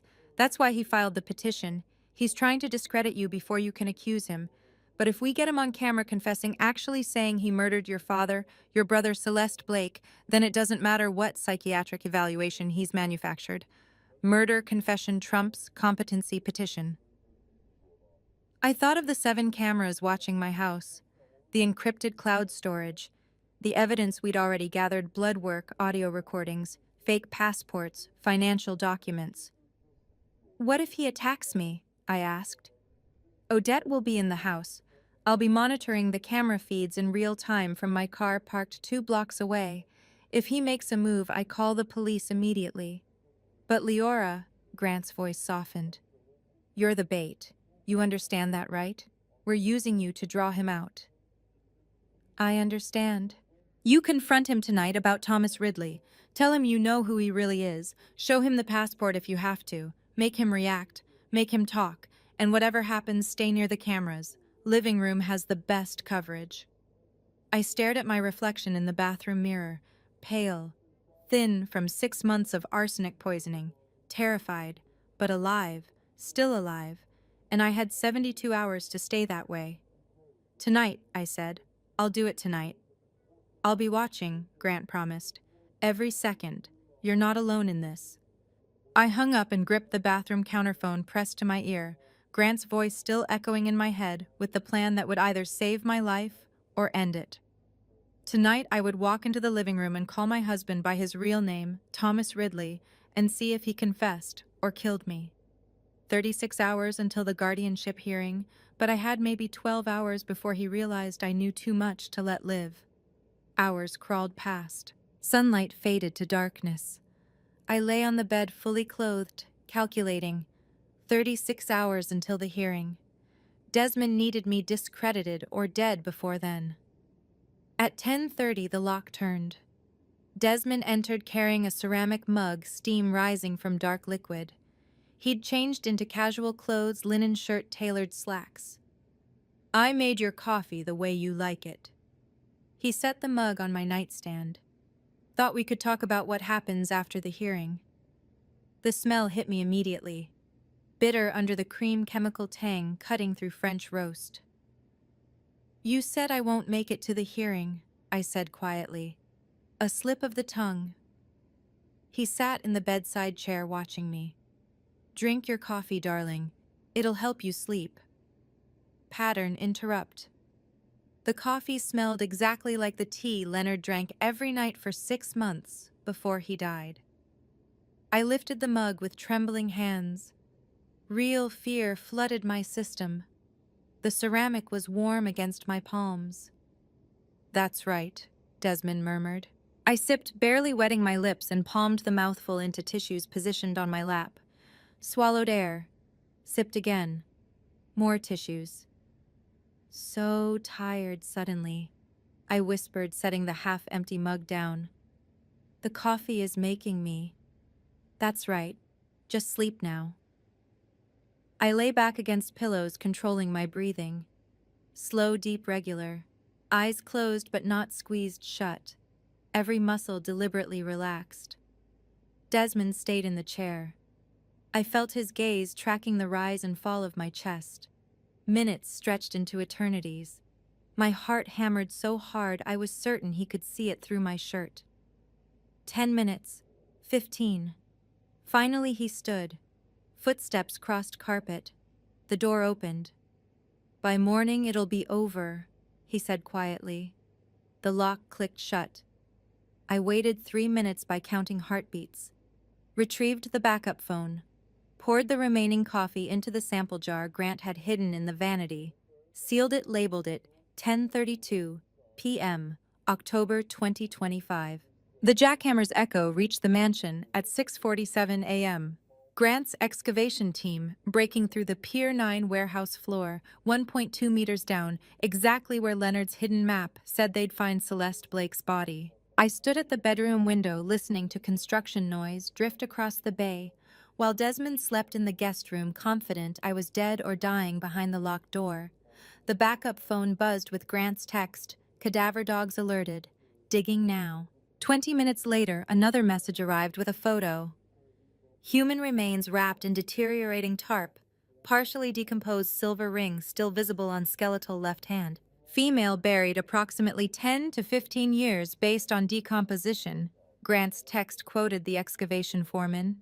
Wedding band engraved CB. Odette Blake had flown in from Miami overnight. Her voice came through on the next message audio recording Grant had captured. "That's my mother's ring, the one Celeste wore at her wedding." "DNA confirmation in 4 hours," Grant texted. "But we already know who this is." Leonard had known. The fingerprint-locked box, the hidden map coordinates marked in his careful handwriting. He'd discovered where Desmond buried his first wife and documented it, waiting for the right moment to act. Desmond had killed him before that moment arrived. Now, 13 years later, Celeste Blake was being lifted from the concrete floor of a warehouse Desmond had purchased 6 months after her disappearance. The property acquisition suddenly made terrible sense, buying the crime scene to ensure it stayed buried. At 7:30, the bedroom lock turned. I sat at the vanity, fully dressed, makeup perfect. Desmond froze in the doorway, shock naked on his face for 3 full seconds before the mask slammed back into place. "You're awake," he said carefully. "I thought you'd sleep longer after that coffee." I poured it out. I met his eyes in the mirror. It smelled wrong, bitter like the tea Father used to drink. His gaze swept the room, landing on the nightstand. The empty mug sat exactly where he'd left it, tissue-absorbed coffee creating the illusion I'd consumed it all. "Probably just old cream," he said smoothly. "I'll make fresh breakfast." "That would be nice." He studied me another moment, calculating, then left. The lock didn't click this time. He needed me mobile enough to stumble downstairs before collapsing, making the death look less suspicious than a locked room poisoning. Pattern interrupt. 13 years. Celeste. Blake had been under that concrete floor, and Desmond had walked across it 1,000 times on his way to steal my father's company. I waited until his footsteps faded, then retrieved the backup phone. Grant's update was waiting. "Celeste, Blake confirmed. DNA preliminary matches dental records from Missing Persons Database 2012. Simone Torres setting up live feed at federal prosecutor's office now. Ready when you are." I texted back, "How long do I have to get him talking?" "Prosecutor needs explicit admission of all 3 murders. Take your time. We're recording everything." Push his ego narcissists can't resist explaining how clever they are. I positioned myself in the living room at noon, choosing the chair that put me squarely in frame for 3 hidden cameras. Desmond sat across from me with fresh coffee, his own this time, I noticed. He wasn't taking chances. "I've been wondering something," I said, keeping my tone curious rather than accusatory. "Did Father and Hayes really trust you, or were you just better at hiding what you are?" His expression shifted. The careful concern evaporated, replaced by something colder. "Trust?" He laughed, sharp and ugly. "Your father was a senile old man clinging to a dying company. Hayes was a reckless drunk who couldn't keep his mouth shut. So you what saved the company by killing them?" "I built that company." Desmond leaned forward, anger bleeding through every word. "Leonard inherited wealth and squandered it on outdated manufacturing models. I modernized operations, secured contracts he was too proud to pursue, and he repaid me by threatening to dissolve the partnership." "How did you do it?" I asked quietly. "The arsenic. 12.4 parts per million in his evening tea for 6 months. The confession spilled out like he'd been waiting years to tell someone. "Just enough to mimic pancreatic cancer symptoms. The doctors never suspected. Why would they? Rich old man gets sick and dies. It's practically a cliche." "And Hayes got suspicious about the will, started asking questions, hiring investigators. So I paid Bryce Hartley $80,000 to rig the yacht. Made it look like an accident, drunk. Executive takes his boat out alone. Equipment fails, tragic drowning." My hands stayed steady in my lap. Somewhere in Grant's office, federal prosecutor Simone Torres was watching this unfold in real time, recording every word. "What about me?" I whispered. "Was last night's coffee supposed to be an accident too?" Desmond smiled. 18.7 parts per million arsenic trioxide, enough to kill you 3 times over. You were supposed to die quietly in your sleep, another tragedy for the grieving widower. 2 million in life insurance, full control of your father's estate through the guardianship order. Pattern interrupt. Watching him confess was like watching a dam break, 11 minutes of poison pouring out, unstoppable once it started flowing. And Celeste? The name made him pause. Your first wife. How do you know about... He stopped, recalculating. Celeste was a mistake. Young stupid threatening to go to the SEC about accounts I'd reorganized. I couldn't let her destroy everything I'd built, so I handled it. Miami, 2012. Drove her body back to San Francisco in a rental truck, buried her under the warehouse floor before the concrete pour. Bought the property 6 months later to make sure nobody ever dug there. 11 minutes 47 seconds. That's how long his confession lasted, cataloging 3 murders with the clinical precision of a man who'd never expected consequences. Every detail, every victim, every dollar amount streaming live to federal prosecutors. He finished and leaned back, completely unaware that 7 cameras had captured everything, that Simone Torres had watched it all, that Grant was already en route with FBI agents. Now that you know everything, darling, drink your coffee.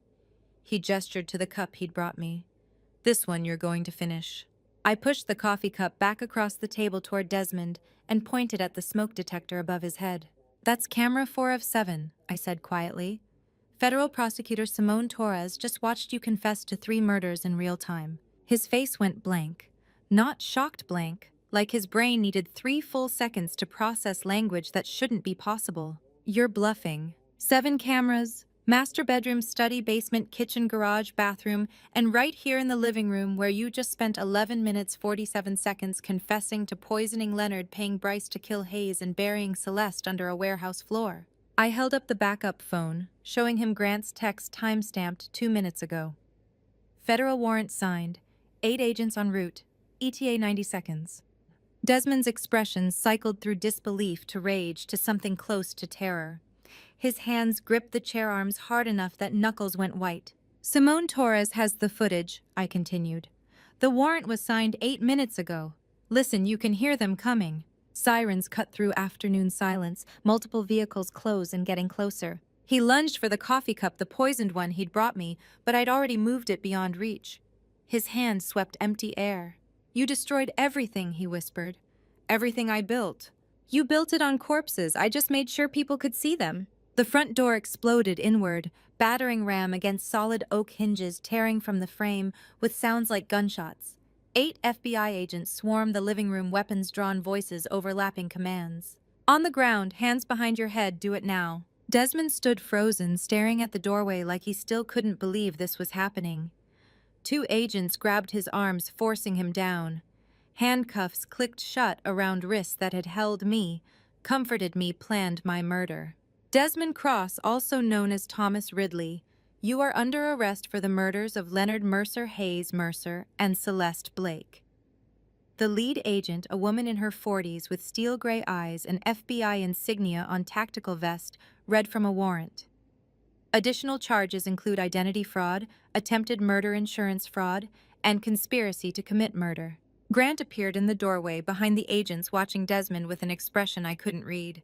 Not triumph, not even satisfaction, just quiet certainty that justice was finally arriving 13 years late. You have the right to remain silent, the agent continued. Anything you say can and will be used against you in a court of law. Desmond twisted to look at me, still kneeling on my living room floor. You destroyed everything. You already said that, I replied. Pattern interrupt. 3 years. I'd watched him walk through this house like he owned it. Owned me, and now 8 FBI agents were reading him Miranda rights in my living room. They pulled him to his feet, steering him toward the shattered doorway. Outside, 4 black SUVs blocked the circular driveway. A second team was arriving with covered stretchers, Celeste Blake's remains from Pier 9, evidence tag visible even from inside. The momentary distraction cost them. Desmond jerked sideways, breaking the grip of the agent on his left. His shoulder slammed into the agent on his right, sending her stumbling into the doorframe. He ran, not toward the front gate where vehicles blocked the exit, toward the back of the property through the hedge maze we'd never bothered maintaining, heading for the service entrance at the south wall. Suspect is mobile south exit toward Service Road. Agents pursued, but Desmond had 30 seconds head start and knew the property layout. My phone buzzed Grant calling. "He's running for the airport," Grant said without preamble. "Bryce is already there. Will Bryce stop him? Watch." 12 minutes later, Desmond reached Bay Area Executive Airport. Grant tracked his movement via phone location and highway cameras narrating for me in real time while FBI vehicles raced to catch up. The stolen car, a contingency plan he'd arranged weeks ago, backup identity, and escape route screeched to a stop on the private runway. Desmond ran for the helicopter, waiting with rotors already positioned for quick start. "Just get to international waters," I heard him mutter through Grant's audio feed from Bryce's phone nearby. "The Cayman account is still active." Airport security called after him, "Sir, that aircraft is grounded by federal order."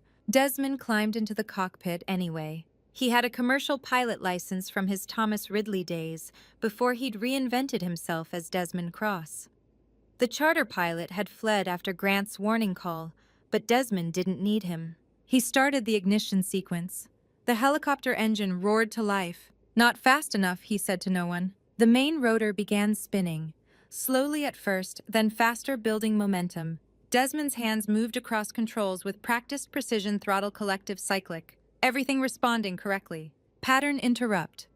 The helicopter rotor spun faster, louder, but the landing skids never left the tarmac. A warning flashed across the flight control display. "Flight control override active. Contact maintenance immediately." Desmond slammed controls forward. Nothing. Pulled them back. Nothing. The aircraft sat frozen on the runway while the rotor screamed overhead, all that power generating zero lift. He looked down at the auxiliary panel and saw the remote access indicator lit red. Someone had locked the flight control system using emergency override codes. Codes Desmond had given to Bryce Hartley 2 years ago when he'd trusted his accomplice with contingency protocols. FBI vehicles surrounded the runway, 12 black SUVs forming a perimeter with nowhere left to go. A megaphone crackled to life. "Exit the aircraft with your hands visible. This is your only warning." Through Grant's phone screen, I watched the live helicopter footage, Desmond surrounded by 12 FBI vehicles, rotor spinning uselessly, flight controls locked by the man he'd paid $80,000 to kill my brother. He slammed his fists against the cockpit controls once, twice, then his shoulders dropped. Even from the aerial view, I could see the exact moment he understood there was nowhere left to run. 3 months after his arrest, Desmond Cross sat in federal court, wearing a navy suit and the same expression he'd worn at board meetings, mildly interested, professionally attentive, as if murder charges were just another quarterly review. The helicopter extraction had taken 40 minutes. FBI tactical team tear gas negotiations through the cockpit window, while Bryce Hartley watched from the terminal and confirmed the flight controls would stay locked until Desmond surrendered. He'd eventually climbed out with hands raised, still believing he could talk his way through this. Now, November sunlight slanted through tall windows of Courtroom 7 in the federal building. Every seat packed. Media filled the back rows, sketch artists capturing angles for evening news. Odette Blake sat in the front gallery beside Grant, hands folded in her lap, waiting to hear how her mother died. Judge Eleanor Vale entered from chambers, a black woman in her 60s, with silver hair and eyes that had seen 3 decades of federal cases. Everyone rose. "The defendant is charged with 3 counts of first-degree murder in furtherance of fraud," Judge Vale said once we'd all sat again. "How does the defendant plead?" Desmond's attorney, a silk-suited defense lawyer from Chicago, stood. "Not guilty on all counts, Your Honor." Simone Torres rose for the prosecution. She'd spent 3 months building this case, coordinating with FBI forensics, interviewing witnesses, reviewing every second of footage from those 7 hidden cameras. Over 13 years. Simone began, voice carrying to every corner of the courtroom. The defendant murdered 3 people and stole $1.1 million using identities he constructed like costumes. Leonard Mercer poisoned slowly with arsenic over 6 months. Hayes Mercer killed via sabotaged yacht when he discovered the truth. Celeste Blake, the defendant's first wife, buried under a warehouse floor in 2012 when she threatened to expose his fraud. She paused, letting that sink in. We will prove each murder was calculated, premeditated, and executed with chilling precision. We will show you the defendant's own confession recorded on hidden cameras in his home. We will present physical evidence, including lethal arsenic samples and the remains of Celeste Blake recovered from coordinates the defendant himself referenced in surveillance footage. Desmond sat perfectly still through all of it. Occasionally, he took notes on the legal pad in front of him, pen moving in neat script, like he was reviewing contract terms. When Simone described Leonard's 6-month poisoning in detail, the tea ritual, the careful dosing, the manufactured symptoms, Desmond circled a phrase on his pad and showed it to his attorney. No visible emotion, no flinch when prosecutors described Hayes's yacht exploding, no reaction when Simone held up the photo of Celeste's skeletal remains with the wedding ring still on her finger. I sat in the gallery beside Grant watching the man I'd married for 3 years demonstrate absolutely nothing resembling human feeling. He doesn't even pretend, I whispered to Grant. Narcissists don't think they need to, Grant murmured back. He's convinced the jury will see his logic, that they'll understand why he had to kill them. On day 3 of the trial, Simone called me to the witness stand. The courtroom felt different from up there, more exposed.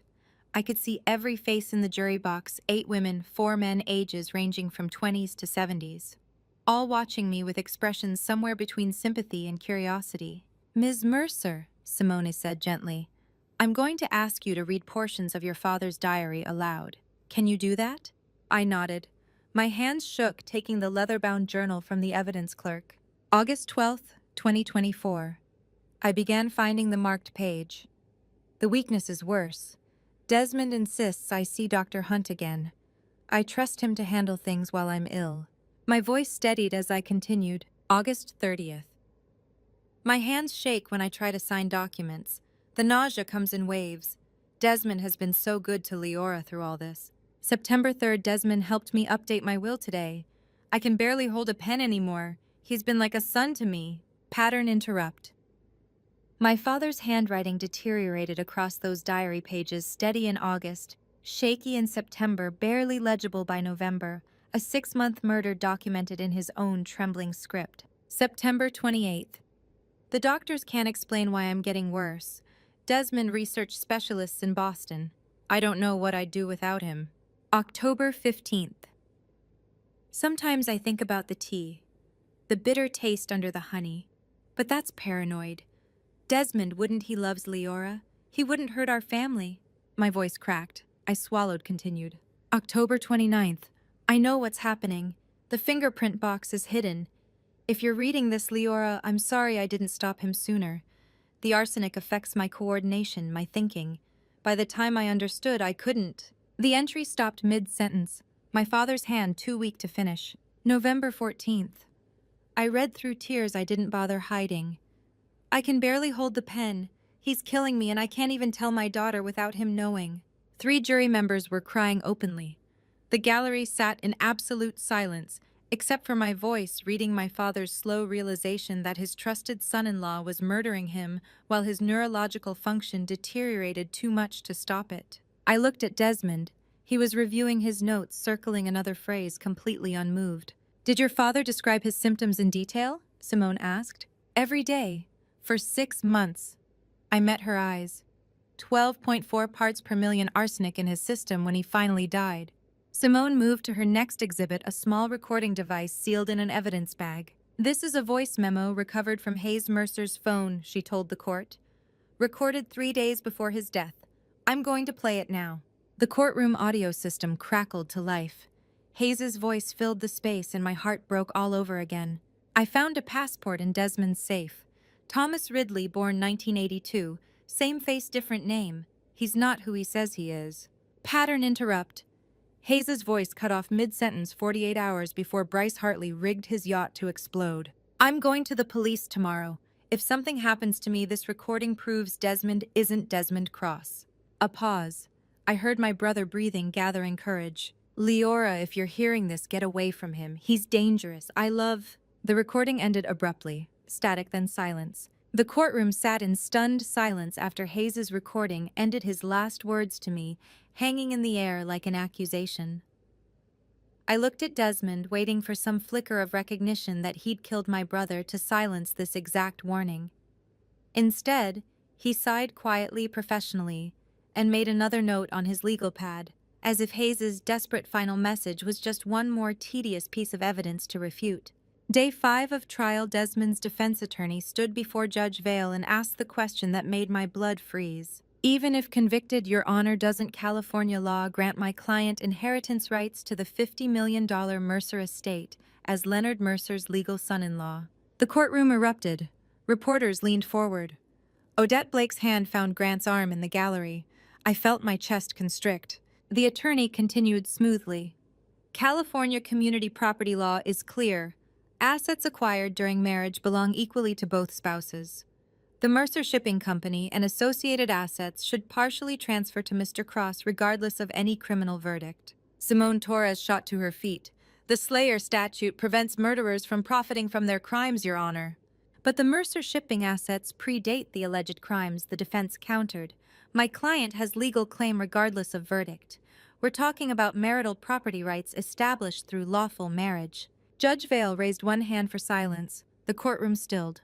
The court is aware of California's Slayer statute, she said. However, counsel raises a legitimate question about community property claims predating criminal acts. She paused. Fortunately, this matter was anticipated. She lifted a sealed manila envelope from her desk. This envelope was filed with the court 6 months before Leonard Mercer's death. It's marked, Leonard Mercer Confidential will open only if Desmond Cross survives me. My heart stopped. 6 months before Father died, when his handwriting was already shaking, when he knew. Judge Vale broke the seal and extracted several pages. I, Leonard Mercer, being of sound mind and body, hereby transfer all assets, holdings, and equity in Mercer Shipping Company to an irrevocable void trust, accessible only to direct bloodline descendants. She looked up at Desmond. The trust includes explicit clause no spouse, step-relative, or non-blood family member may claim inheritance under any circumstance. All previous wills are hereby nullified. Desmond stood halfway up, then caught himself. His voice carried across the silent courtroom anyway. That's not possible. I watched him sign the other will. You watched him sign a decoy, Judge Vale said quietly. This document was notarized by 3 independent witnesses and filed under seal with instructions to open only if you outlived him, which you did. Pattern, interrupt. My father had known for 6 months that Desmond was poisoning him, and instead of running or fighting, he'd quietly rewritten his will to ensure the murderer got nothing. Your client is legally entitled to $0 of the Mercer estate, Judge Vale told the defense attorney. The Slayer statute is irrelevant. Leonard Mercer disinherited him while still alive. Desmond's mask shattered completely. He stood up, forcing his defense attorney's hand away as he took the stand under a brutal cross-examination. His pride couldn't stomach losing to a dead man's hidden will, and that toxic narcissism became his undoing. Instead of denying the charges, he arrogantly defended his actions as tactical business decisions, showing zero remorse to the horrified jury. He was furious not because he had taken innocent lives, but because I had been clever enough to outsmart his final trap. 2 days later, the jury deliberated for 9 hours. On the charge of first-degree murder of Leonard Mercer, the foreman read, "We find the defendant guilty." On the charge of first-degree murder of Hayes Mercer, we find the defendant guilty. On the charge of first-degree murder of Celeste Blake, we find the defendant guilty. Guilty on all counts. 3 murders. Attempted murder. Interstate fraud totaling $1.1 million. Identity falsification across 3 states. Judge Eleanor Vale looked at Desmond with an expression of cold finality. Mr. Cross, you are hereby sentenced to 3 consecutive life terms without possibility of parole at ADX Florence Supermax Prison. You will serve 23 hours per day in solitary confinement in an 80-square-foot concrete cell. You will die in prison, and the estate you murdered for will never be yours. I watched federal marshals lead Desmond Cross out of the courtroom in chains for the last time, past Odette Blake, who stood silent in the gallery holding her mother's silver ring, recovered from Celeste's remains. 3 consecutive life sentences at ADX. Florence, the Supermax prison, where he'd spend 23 hours a day in an 80-square-foot concrete cell until he died. He'd killed 3 people for $50 million he'd never touch, and he'd confessed to every detail because his narcissism couldn't tolerate anyone thinking he wasn't brilliant. The day after Desmond's sentencing, Grant called with news that should have felt like victory. Miami police wanted to reopen Celeste Blake's 2012 case, and they needed my testimony for what could be 12 to 18 months of depositions hearings and reliving every detail of 3 murders I'd already survived once. Miami PD has enough to charge him with Celeste's murder separately, Grant explained across his office desk. Marina District sunlight slanted through windows behind him. They want you to testify about the pattern, the confession footage, the timeline. Build a standalone case for Florida jurisdiction. I stared at the folder he'd placed in front of me. Crime scene photos from 2012. Celeste Blake's apartment building with the corroded balcony railing. Autopsy reports. Witness statements from neighbors who'd heard nothing suspicious. He already has 3 life sentences, I said quietly. What's the point of a 4th? Closure for Odette. Justice for Celeste. Another jurisdiction holding him accountable. Grant's voice was gentle but factual. It matters legally. It matters symbolically. How long would it take? 12 to 18 months minimum. Multiple trips to Miami for depositions. Grand jury testimony. Possibly another trial if his defense fights extradition. I closed the folder without opening it. 3 years trapped in Desmond's web. I said, 3 months building the federal case. Weeks in trial listening to my father's diary and my brother's last words. I gave them everything I had, Grant. Every piece of evidence, every testimony, every moment of reliving the worst parts of my life. He nodded, already understanding where this was going. Desmond Cross will die in a DX Florence, I continued. He'll spend 23 hours a day in an 80-square-foot concrete cell until his heart stops. That's enough. It has to be enough because I need to take my life back. You don't owe anyone more justice than you've already delivered, Grant said. I need to rebuild Mercer Shipping, process what happened, honor Father and Hayes by actually living instead of just surviving. I met his eyes. Desmond murdered 3 people and stole 6 years of my 20s. I'm not giving him 12 more months. Grant took the folder back. I'll tell Miami you're declining. They'll understand. Will they? They should. His expression softened. You destroyed a serial killer who'd been operating for 13 years. You got him 3 consecutive life sentences and prevented future victims. That's more than most people accomplish in a lifetime of law enforcement. Pattern interrupt. 6 years. I'd given Desmond 6 years of my 20s trapped in his web, and now they wanted 12 to 18 months more for a 4th life sentence he'd never serve. There's one thing I need to do, I said, before I can move forward. 1 month later, I flew to Colorado. The drive from Denver to ADX Florence took 3 hours through frozen December landscape. Snow-covered plains stretched endlessly in every direction, broken only by the occasional cluster of buildings huddled against wind.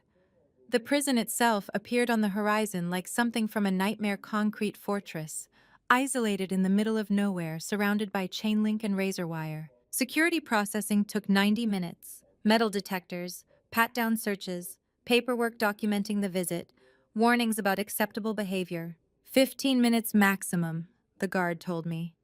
She was in her 40s, weathered face, suggesting years of working supermax security. Glass partition only, no physical contact. Any threats or disturbances end the visit immediately. I understand. The inmate has been informed of your visit. He's been... She paused, choosing words carefully. Anticipating it. The visiting room was small, sterile, divided by reinforced glass 2 inches thick. I sat in the metal chair on my side and waited. Desmond appeared 3 minutes later, escorted by 2 guards.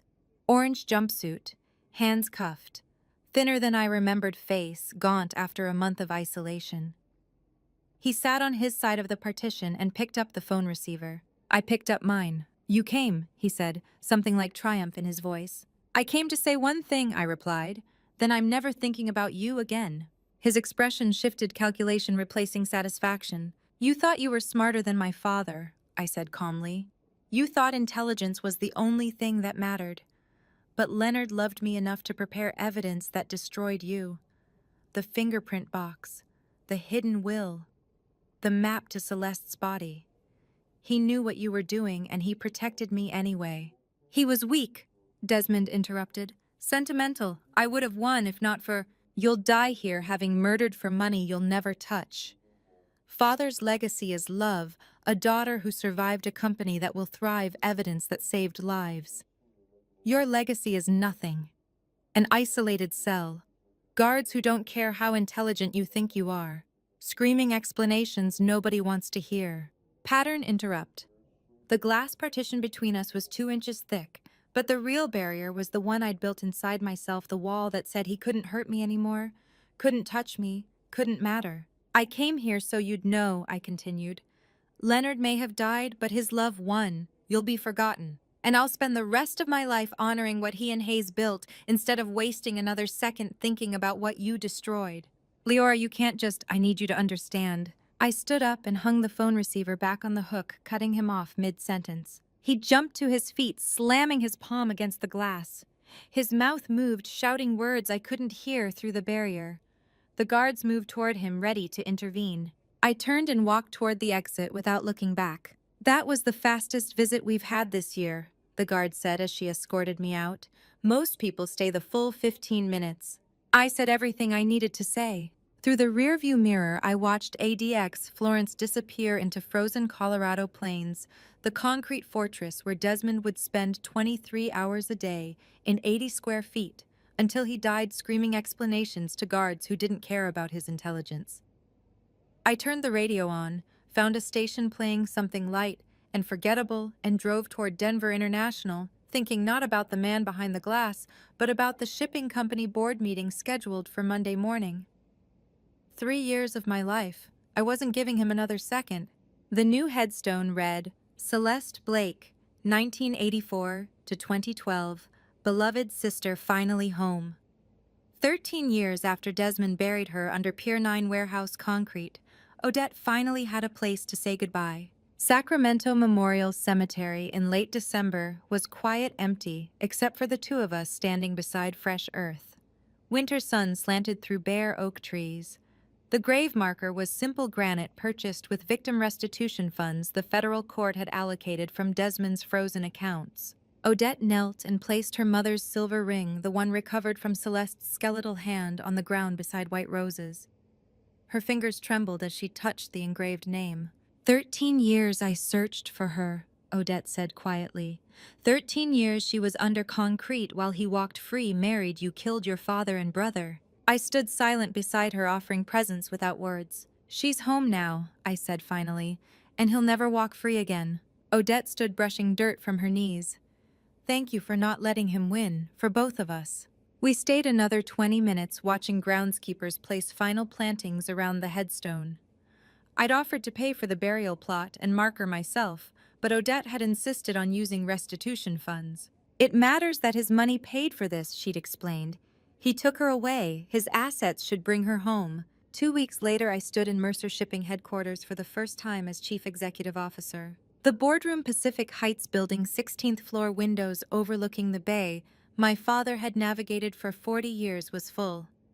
8 directors, Grant as legal counsel's senior executives who'd weathered the transition from Leonard's death through Desmond's arrest to this moment. Ms. Mercer, the board chairman said, rising to shake my hand, it's our honor to officially appoint you Chief Executive Officer of Mercer Shipping. I was 27, the youngest CEO in the company's 70-year history, survivor of attempted murder, daughter of the man whose portrait now hung on the wall behind me.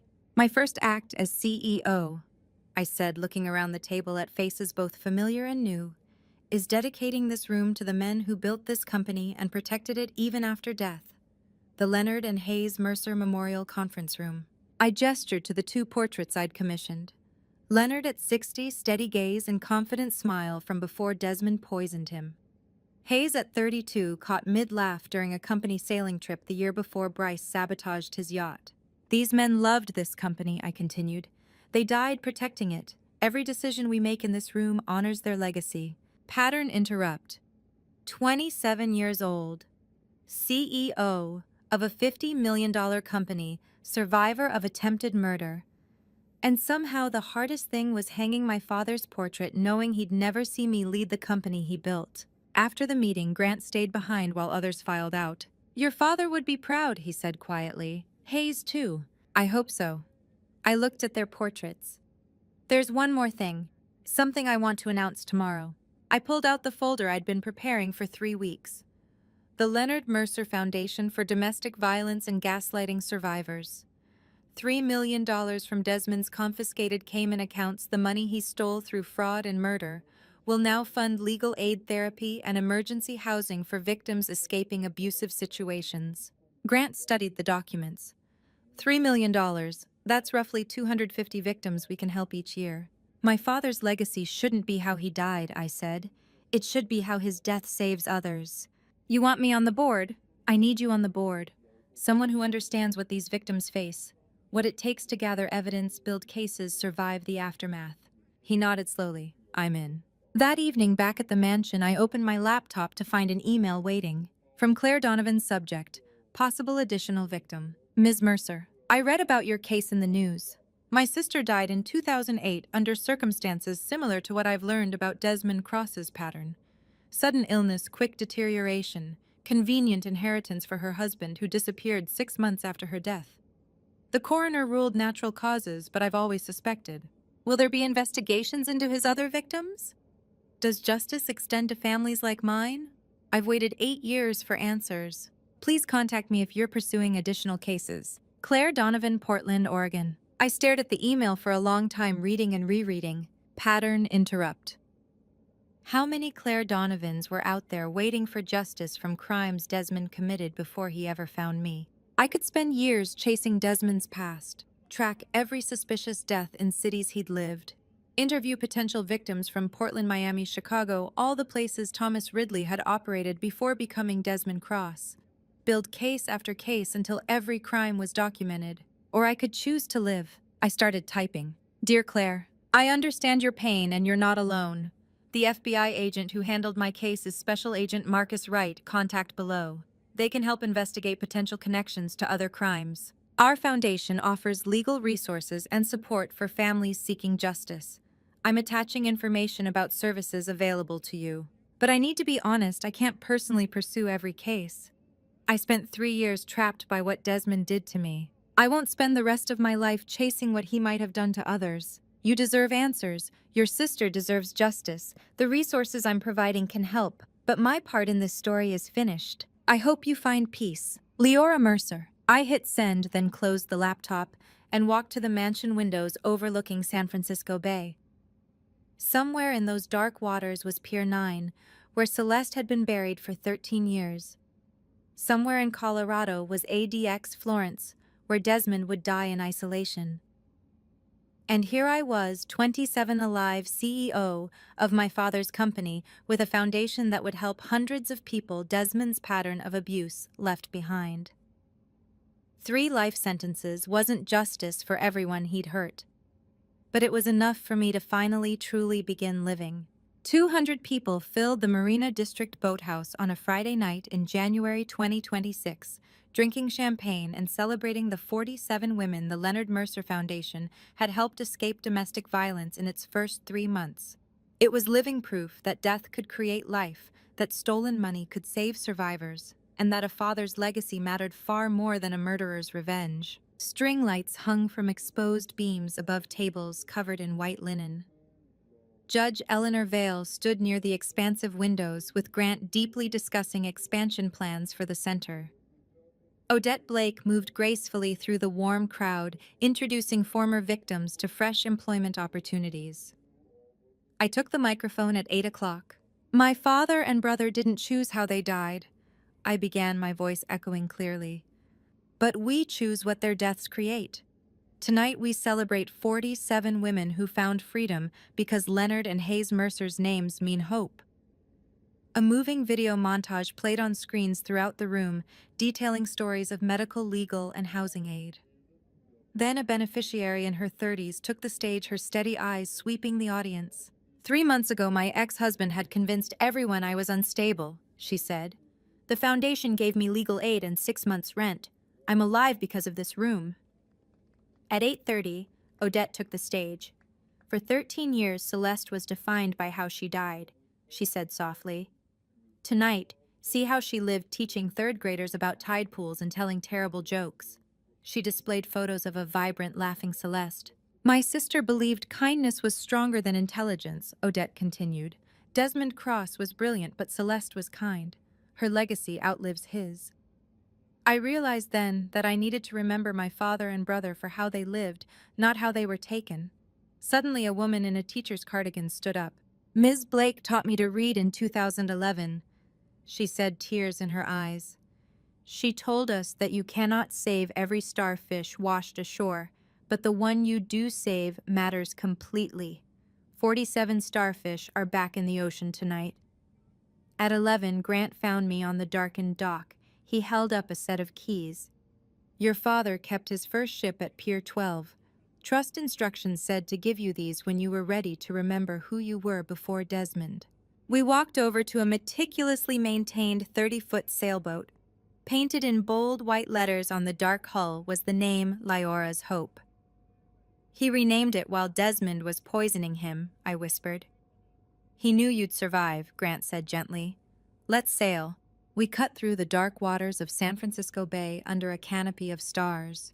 Grant handled the tiller while I sat on the bow watching the lights reflect off the black waves.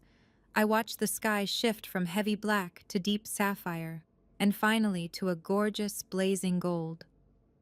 At dawn, I called Odette. I slept through the night without nightmares, she said. Me too, I replied, watching the sunrise over the Golden Bay. We are finally free. And to you listening to my story, remember this family betrayal can hide behind the kindest smile. Looking back, I ignored too many warning signs. Don't make my mistake of trusting blindly when someone isolates you from family or controls every aspect of your life. My father saw the family betrayal while I was blind to it. If someone's story keeps changing, if they discourage you from asking questions, those aren't small things. They're survival warnings you can't afford to miss. The lesson I learned is that family revenge isn't about hatred, it's about justice. When I discovered the truth, I could have stayed silent. But God put me through this for a reason so others could escape their own nightmare. Family betrayal taught me that some people wear masks so convincing you'll doubt your own instincts. But family revenge, true justice, means choosing courage over comfort. It means turning tragedy into protection for strangers who deserve what I nearly lost: freedom, truth, and a second chance at life. If this story moved you, please drop a comment below. Have you ever faced family betrayal or witnessed someone's courage in seeking family revenge? Share this video with someone who needs to hear that surviving is possible. And if you believe in stories of justice and truth, subscribe to Her Revenge for more. Your voice in the comments might be exactly what another survivor needs to read today. Thank you for staying until the very end. While certain details have been fictionalized for storytelling and privacy, the heart of this message, the lessons about recognizing danger and choosing justice, is real and important.